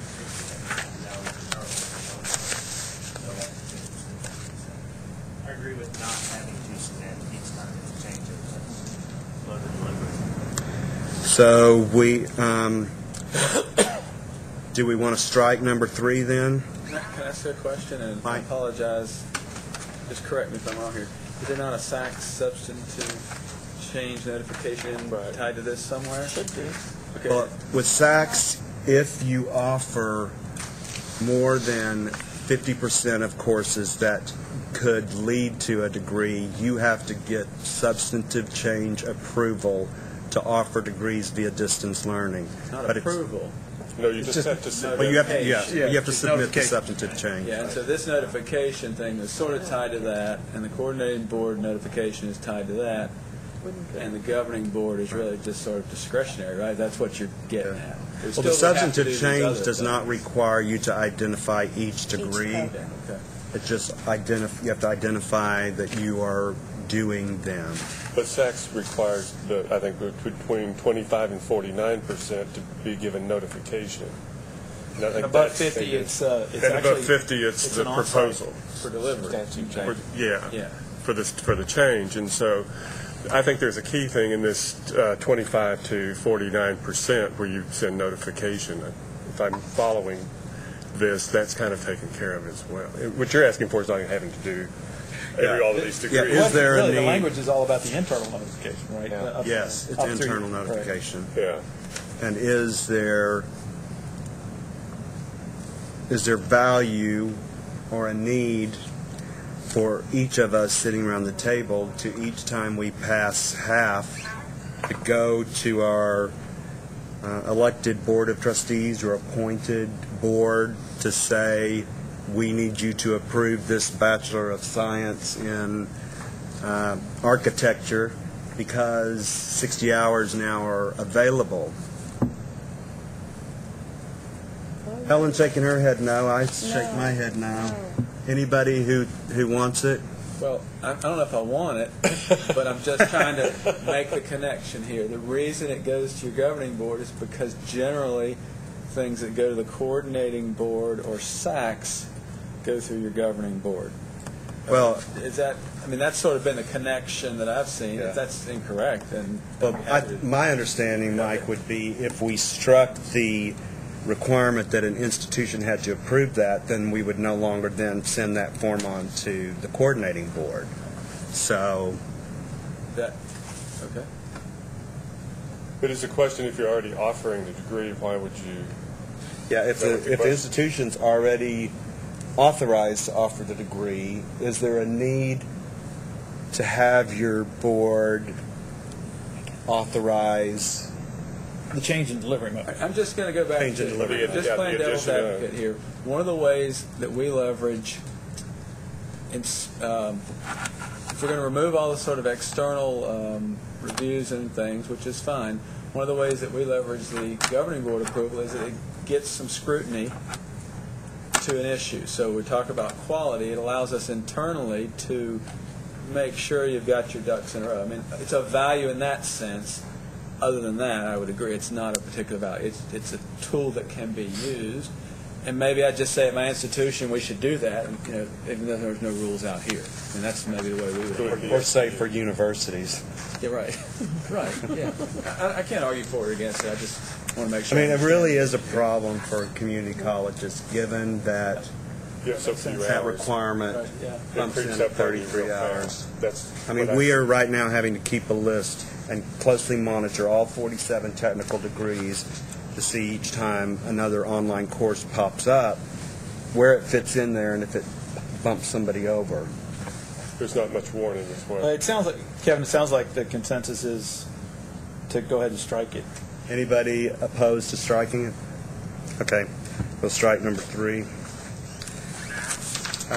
Moving on to 4, students have to satisfy the same requirements. On C, I don't think, on number 1, institutions shall provide notification of each course offered under the provisions of this subchapter. This is another one that got, that was ambiguous in how do institutions meet that requirement? If you take it on the face, I'd say we were probably all in violation. Right. Or does the fact that we code our classes Right. on the In the reports catalog. that we submit, well, I'm thinking on the reports that we submit to the coordinating board, what I thought. does that meet that requirement? Because there are reporting requirements, is there any reason anymore to notify the coordinating board of every single course we offer? Yes, from our perspective, if you're talking about, and in this case, if we're talking about the, there's 2 things.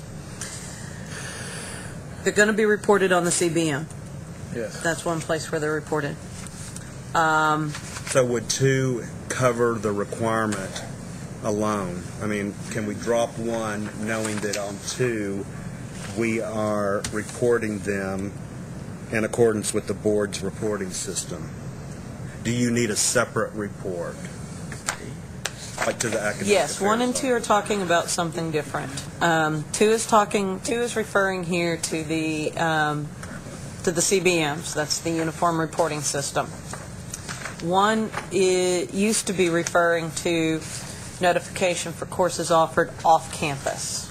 So that's I think that's where the 1 was referring to. So find that it not show up in this subchapter, have to make sure that it shows up in subchapter M, because that gets to notification of off-campus face-to-face or electronic to group courses. Right.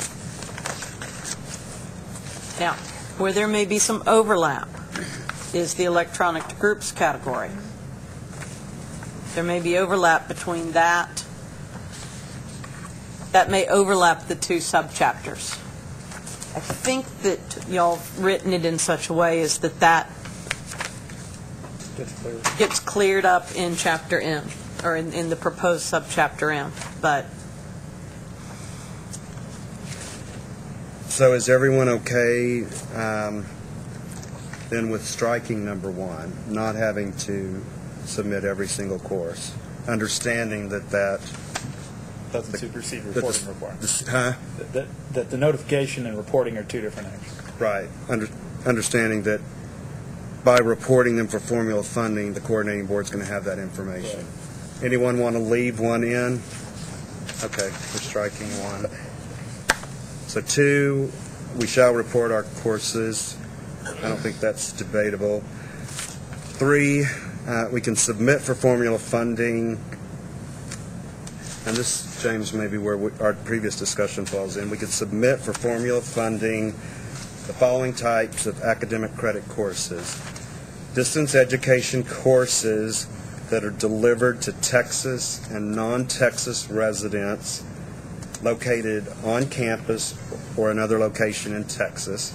So DE courses pretty much delivered to anyone in the state of Texas, and distance ed courses delivered to Texas residents who are located out of state or out of country.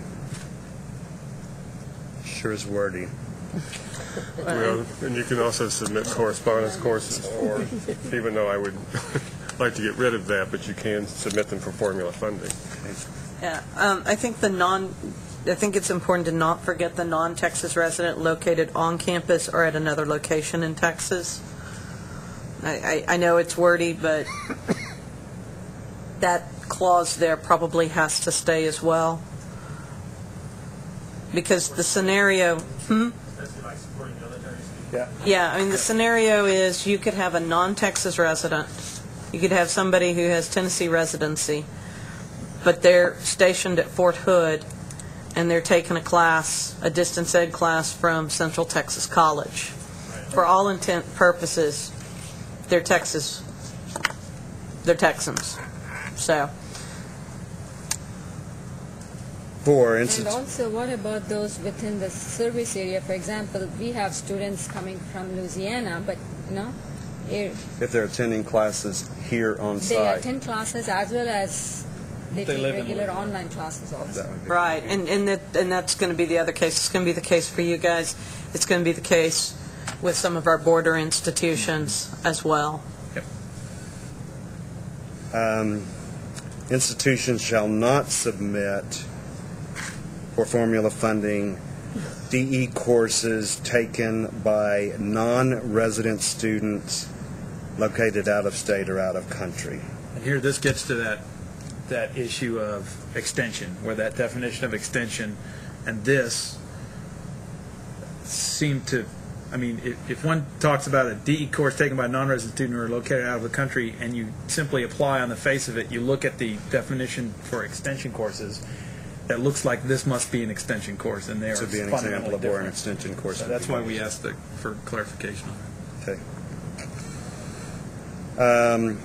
5, this deals more with extension courses. For courses that aren't eligible to be submitted for formula funding, institutions should charge fees that are equal to or greater than Texas resident tuition and applicable fees, and are sufficient to cover the total cost of instruction, overhead, etc. 6, all courses covered shall meet the quality standards applicable to on-campus courses. One of the comments Mark Workman made was that in several institutions now, there may not be an on-campus equivalent of that course. He was at the University of Little Rock, and some of their programs were completely online. And so in here, when you have references to it having the same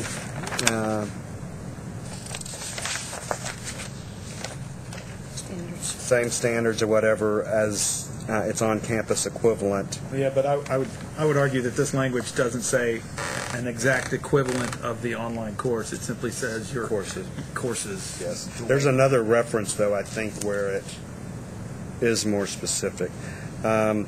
Courses which offer academic credit or CEUs do so in accordance with SACS.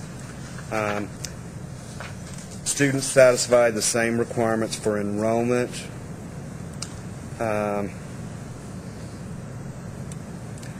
Out-of-country students shall be assessed for academic guidance purposes. Faculty shall be selected, etc. Stop me if you have questions or comments. training. The instructor of record shall bear responsibility. Mike, you asked a question, not wanting to open a can of worms.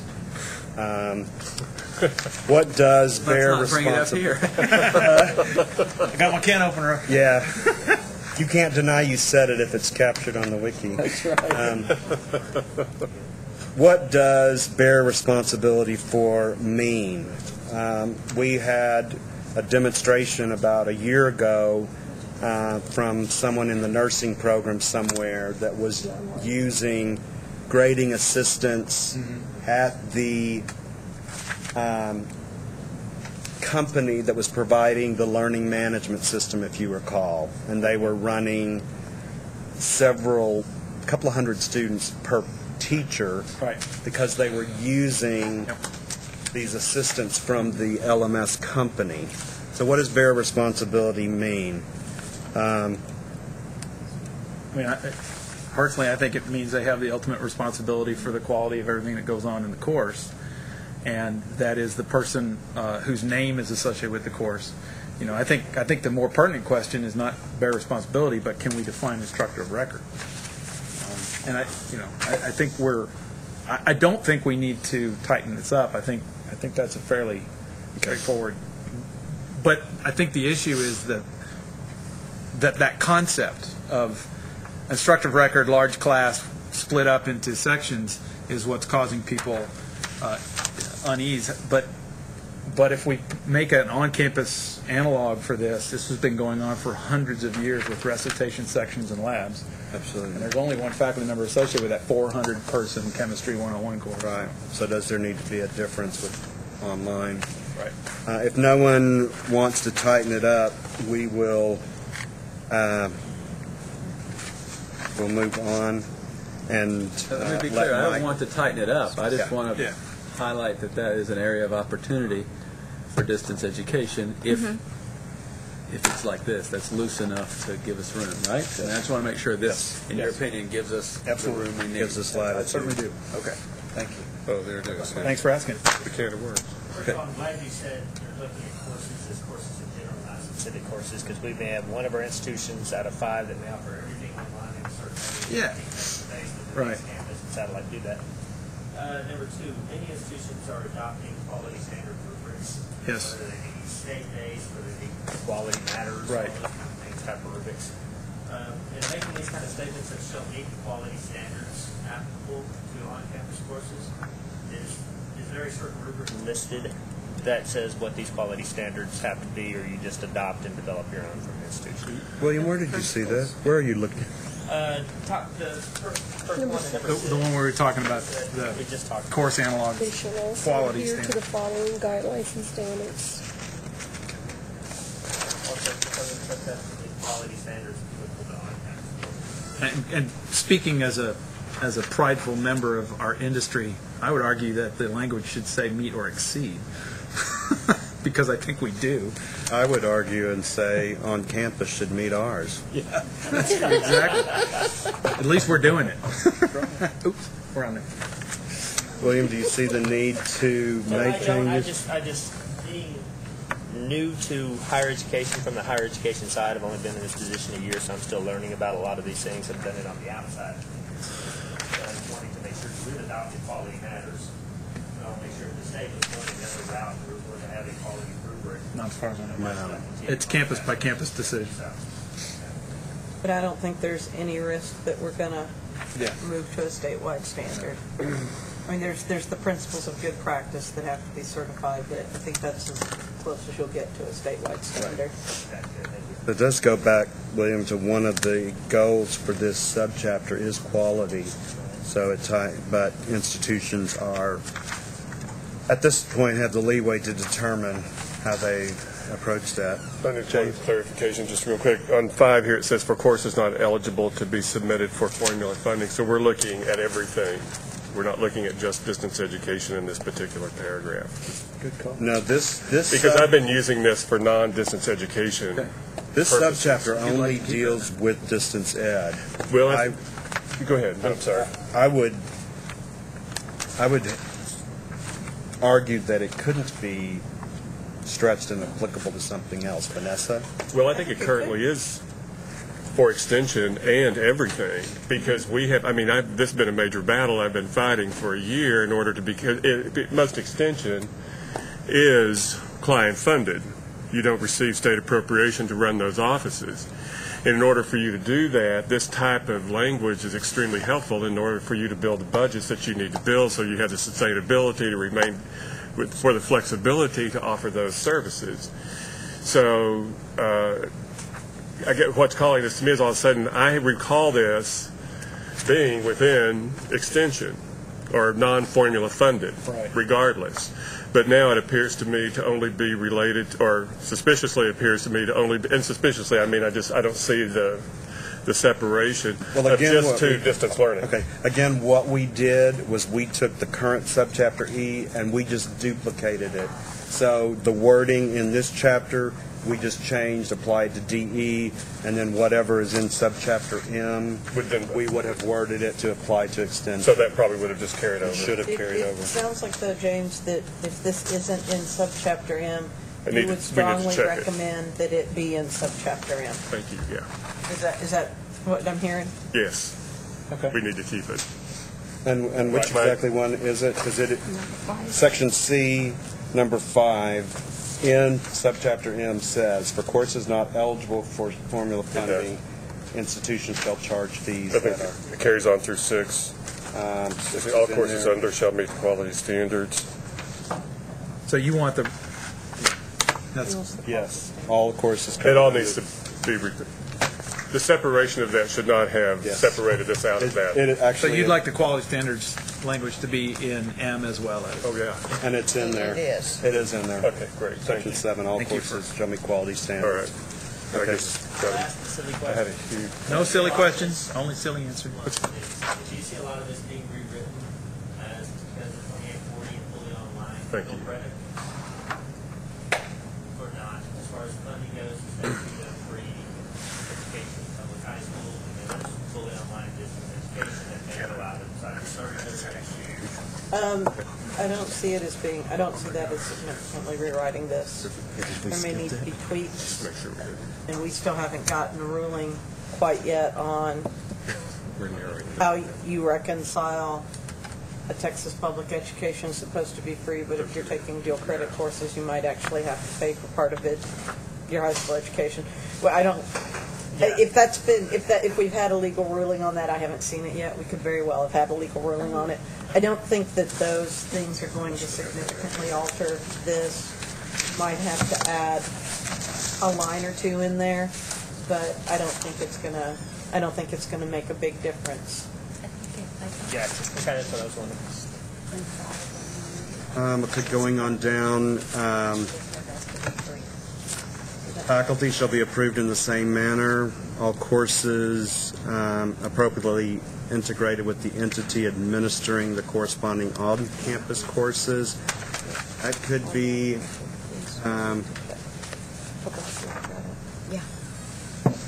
debatable. That's a lot of institutions pattern theirs, so there's a separate distance education entity that's not integrated with the on-campus with the campus academic areas. Does that make sense? My concern. So all courses shall be appropriately integrated with the entities administering or the corresponding on-campus courses. And we're growing to the point now where there may be a breakout, like a world campus or or the fact that on some campuses all online has fallen under CE. Right. Yeah. That doesn't happen on our campus, so I can't address it. Our campus it's integrated too, but I know there are cases where it is not, where DE hires their own faculty, administers their own classes. University of Incarnate Word does that. Yeah. Would people be receptive now at this point to perhaps striking the first sentence, which would leave Supervision, monitoring, and evaluation process for instructors shall be equivalent. Yeah, that makes sense to me. So strike the first sentence, but leave the Second. Yeah. second. Okay. H, students shall be provided with academic support services. Facilities. Keeping in mind, this subchapter deals with distance education.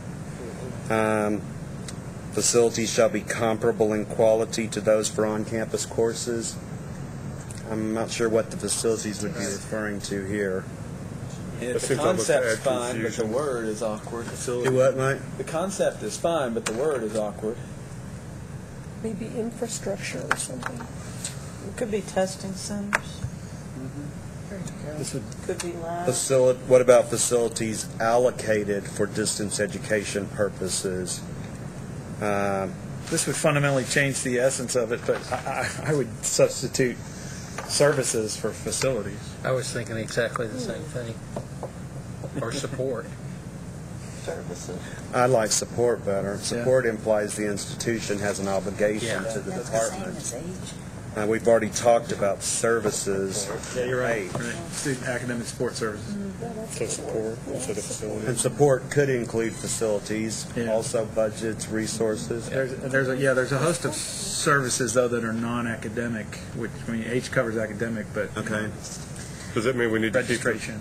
the parenthetical in there? Yeah, probably. I think the reason I's there is because, again, originally this was also dealing with off-campus face-to-face. Right.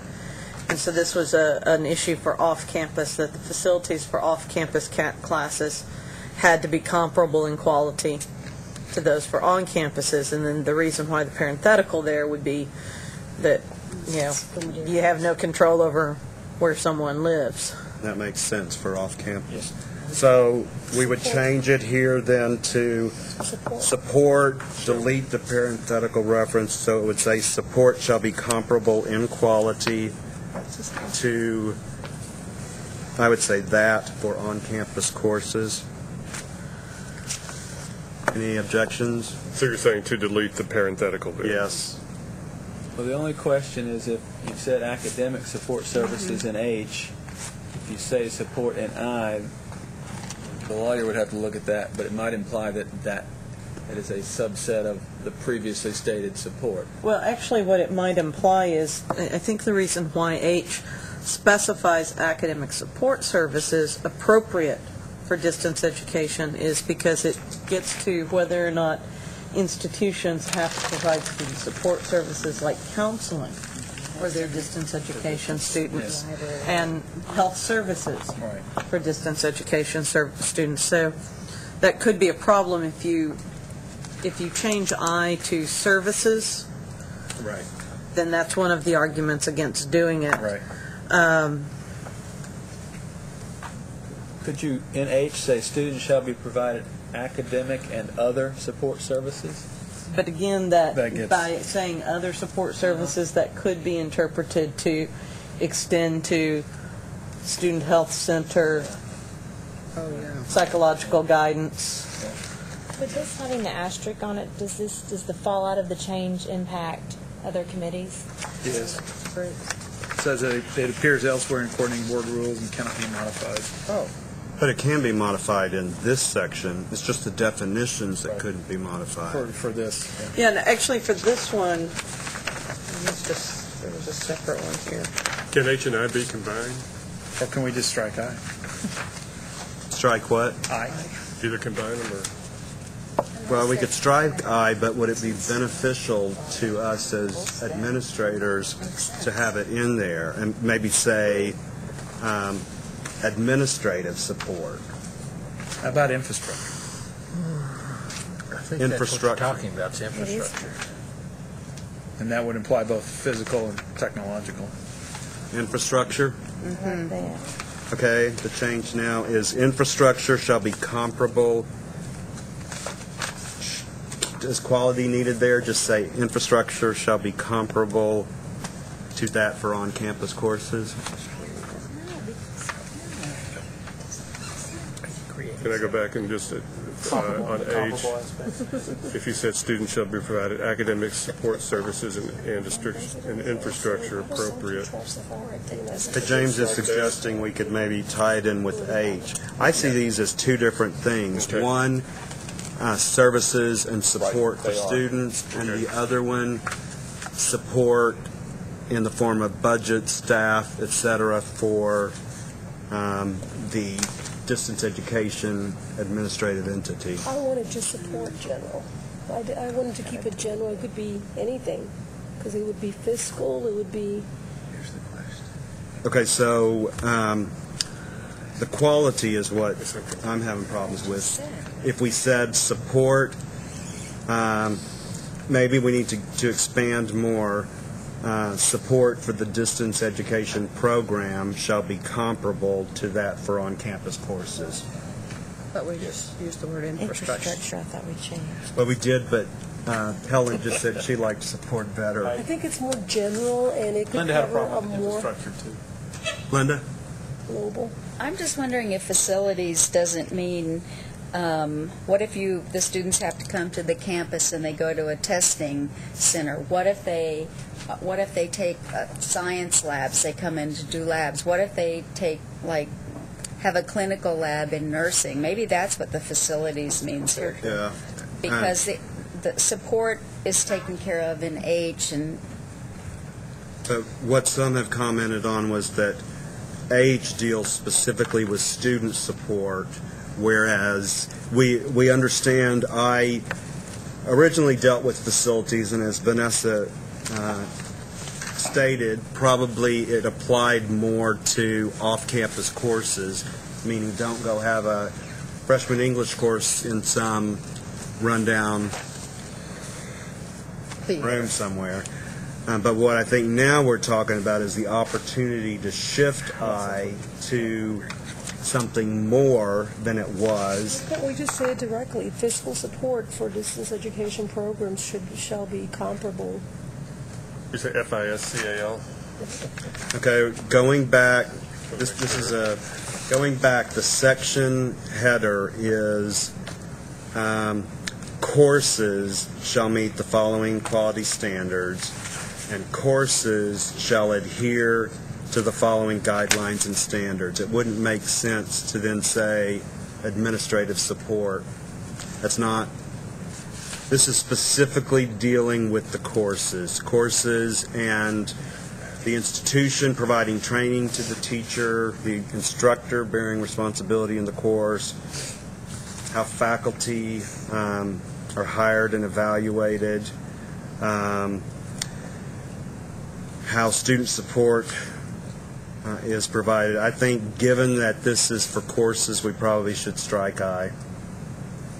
Any objections, Mike? I just have one other thought. Maybe could you potentially say facilities, parentheses, if where needed, required face-to-face component of the course or something. I mean, because that's what you're really getting at. If they've got to go somewhere, one meeting or a lab or something. Okay, facilities for on-campus distance education components or something shall be comparable in quality.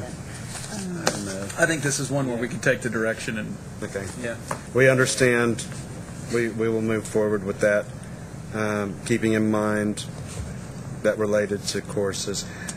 Institutions shall adhere to additional criteria outlined in the. This is the institutional plan for distance education. No, Julia Briggs. The statement makes her uncomfortable. Coordinating board and this committee are working to make institutional reports responsibility of new colleges. If it is important for institutions to adhere to additional criteria, we need to provide a link, that additional criteria, without getting it tangled in the institutional report. And Rob agreed. I think it was the, in a conversation with Julie, I think it was the additional, not the general sense of that, which is go to the guidelines for the report and use those as standards. It was the amorphous additional that she was objecting to. She was concerned that we would just pop up and institute new guidelines.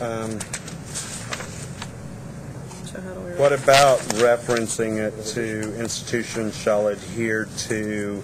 I'd say just get rid of the word additional. Additional, just criteria. Because when we work through to the end of the process, the institutional plans, we heard again and again and again from folks that the process, the actual tool, was useful for them, and I do think that this is a useful bit of rule here, that they should adhere to the guidelines. Yeah, just adhere to the criteria outlined in the guidelines. But again, my thought is we are talking courses in this section, and the guideline for institutional plans for distance ed is bigger and more broader. Should instead we refer to the principles of good practice? That would pertain more closely to a course than that plan would be. Any objection to doing that? It's better. Any people have given up and no longer care to comment? Yeah. So shift this to the principles of good practice. We'll change that to principles of good practice. Stick a link in there. So just to review, on G, we deleted the first sentence. On I, we will deal with the facilities comparable. J, we're referencing them to the principles of good practice. 4107, non-formula funded course and general program, general provisions. And program general provisions. Institutions shall not submit distance education courses. This is the only thing in this section. And I think we have already said that, have we not? I think they want to emphasize it, though. Students shall not submit this state delivered outside the state. We already Fixation on that in this state. Yeah. So that's fine. Right. Okay, we got Okay, but back on section C, it states, institutions shall not submit distance for formula funding, distance education courses taken by non-resident students who are located out of state or out of country. And this says institutions shall not submit distance education courses delivered outside the state to non-Texas residents. I would delete that. I think anytime you're saying the same thing twice, you're causing us to go try to examine two rules to see if the intent is different in one of them. Jan agrees. Does anyone see the reason to keep 4.107 in there? Do we charge out-of-state tuition for this resident folks taking distance courses? Yeah, and I think that is addressed in. That's someplace else. And for the fees have to cover the cost of total instruction and overhead. If we're going to be redundant, at least be redundant in the same way. Yeah, because consistently redundant. Well, being consistently redundant would be really helpful. Being redundant in a different way makes us read both of them, try to figure it out. So either fix it or delete it. So we're striking 4107, and just to wrap up, we've dealt with the institutional report, application courses. Okay, I think we have.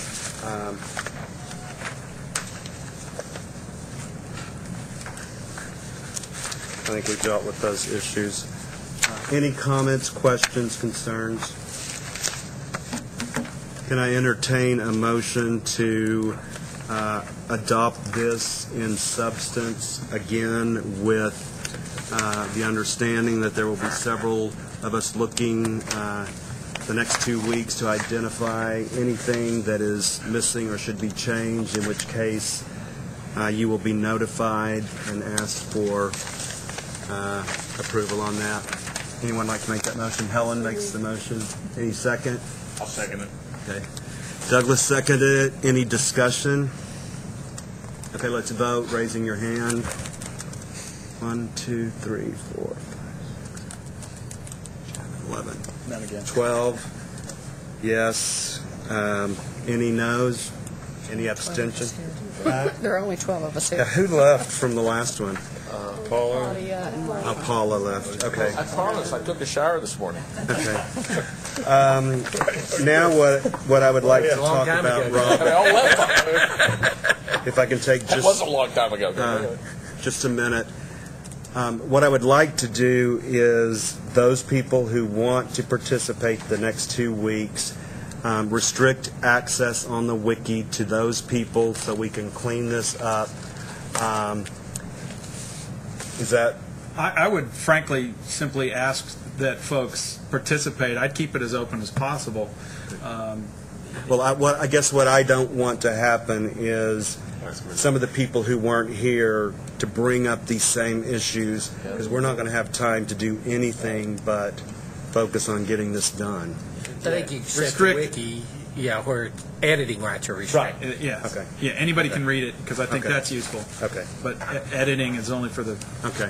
So who, if you would, tell me who, and I know Patrick and Vicki as subcommittee chairs don't have a choice, and they still want to work on that. Obviously, I will and Rob will. By show of hands, who wants to work on this the next 2 weeks? James? Vanessa? I think Linda has to have access to it as well. Okay. Linda, what is your email? It's linda.mcdonough@thecb.state.tx.us. Okay. James, Vanessa, Linda, Mike, anyone else? Okay. For Kevin, Rob, Vicki. Kevin, I know you're going to represent my interests, so. I will.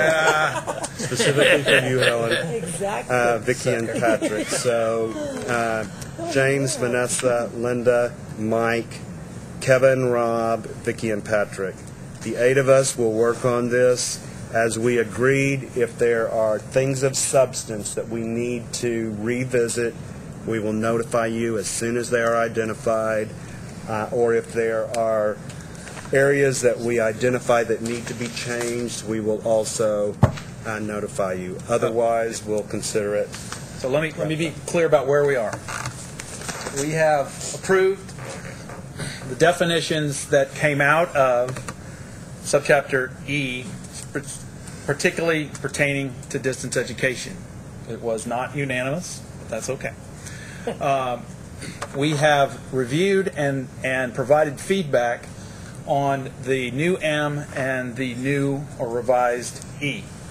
That what is going to then take place, we've given provisional approval for that, right? So it's not coming back to us, and the product will be delivered to the coordinating board staff by July 3rd. All right, are we all in agreement with that? Yes. All right, and work will continue on the wiki to get this stuff cleaned up and meet that deadline. And we will provide editing access to these people, but everyone will still is have viewing encouraged access. to read and review. This is a sound end to a very long process, and I think what's coming out of this is going to provide excellent feedback to the coordinating board. I think it's going to help the state enormously. I think that the future of the data that's reported to the coordinating board is going to be of benefit to us as we move forward. And I think through primarily Kevin's leadership, we are providing a lot of clarity in the rules space. Things may then fall into the policy space, but we'll deal with that later. And just to clarify, Rob, what is the date? What is the deadline date we are working for? July 3rd. Friday, July 3rd. Yes, sir. Okay. Okay. All right. Are there any other issues? Can I say about No. Too bad. No. Yes, Dr. Davis. Too bad, Dr. Robinson. July 3rd's a holiday. What was that? July 3rd's a holiday. So it's today. July 2nd's a holiday in my world, too. Where do you work? Juneteenth. You were. You know, Yeah, today's Juneteenth. all I know, we're off on Fridays in the summer. Yes. And so Because today it was we... a holiday and we have skeleton crew day. getting it Fridays. We don't get that off at this. We take Cinco de Mayo. So Yeah, there you go. Cinco de Mayo, Juneteenth. Confederate Heroes Day. Vanessa's 40th birthday holiday. All right, Dr. Davis. In terms of what will happen after the rules go in, The next stage of this game, and this has been the game plan all along, is to work on revisions to the policy and procedures document that most of you guys are amply familiar with, and also then amply familiar with its limitations. What we'll do is take a little bit of a breather. Coordinating board staff have already started reviewing that document. We've got a list of things that we know from our perspective have to get fixed in it. One of those is the specifics about notification procedures and the timelines that are associated with that. We know that there's some other things that really have to have some clarification. We'll, during the month of July and August, work on cleaning that up some, seeing what gets cut because of the new rules that are going to be proposed, putting in what we think has to go in terms of changes, and then my goal is that we will disseminate that back to you guys in August and then reconvene in September to look at that document. Ideally, what we would have happen, and it might actually be the beginning of October, because at that point the 30-day comment period for rules would be over, so we would know if there would be any significant rule changes to the rules because of public comments. And so at that point then we would come back, DEAC would come back in late September, early October, and we would spend some time talking about what the policies and the procedures look like that sort of put the flesh to the skeleton that you guys just passed today. I want to echo what Rob has said. I think you guys have heard me say this every time we've met and in every email I've sent out, but I don't think I can say it enough. I am greatly appreciative of the hard work that every single one of you in here does, both in this committee, but also the work that you do on your respective campuses for the students and the faculty and the administrators and the citizens of the state. It is oftentimes very thankless work, and at least know that there's one person that appreciates you. I'm especially appreciative for the work that Kevin has done on this. And especially those folks that served on the subcommittees that aren't even members of this committee and gave their time to do that. So thank you very much. I told you I was going to try my best that we would get out of here before 4. So unless there's anything else, entertain a motion. Is there a motion to adjourn? Move. Second? All in favor? Say bye-bye. I move.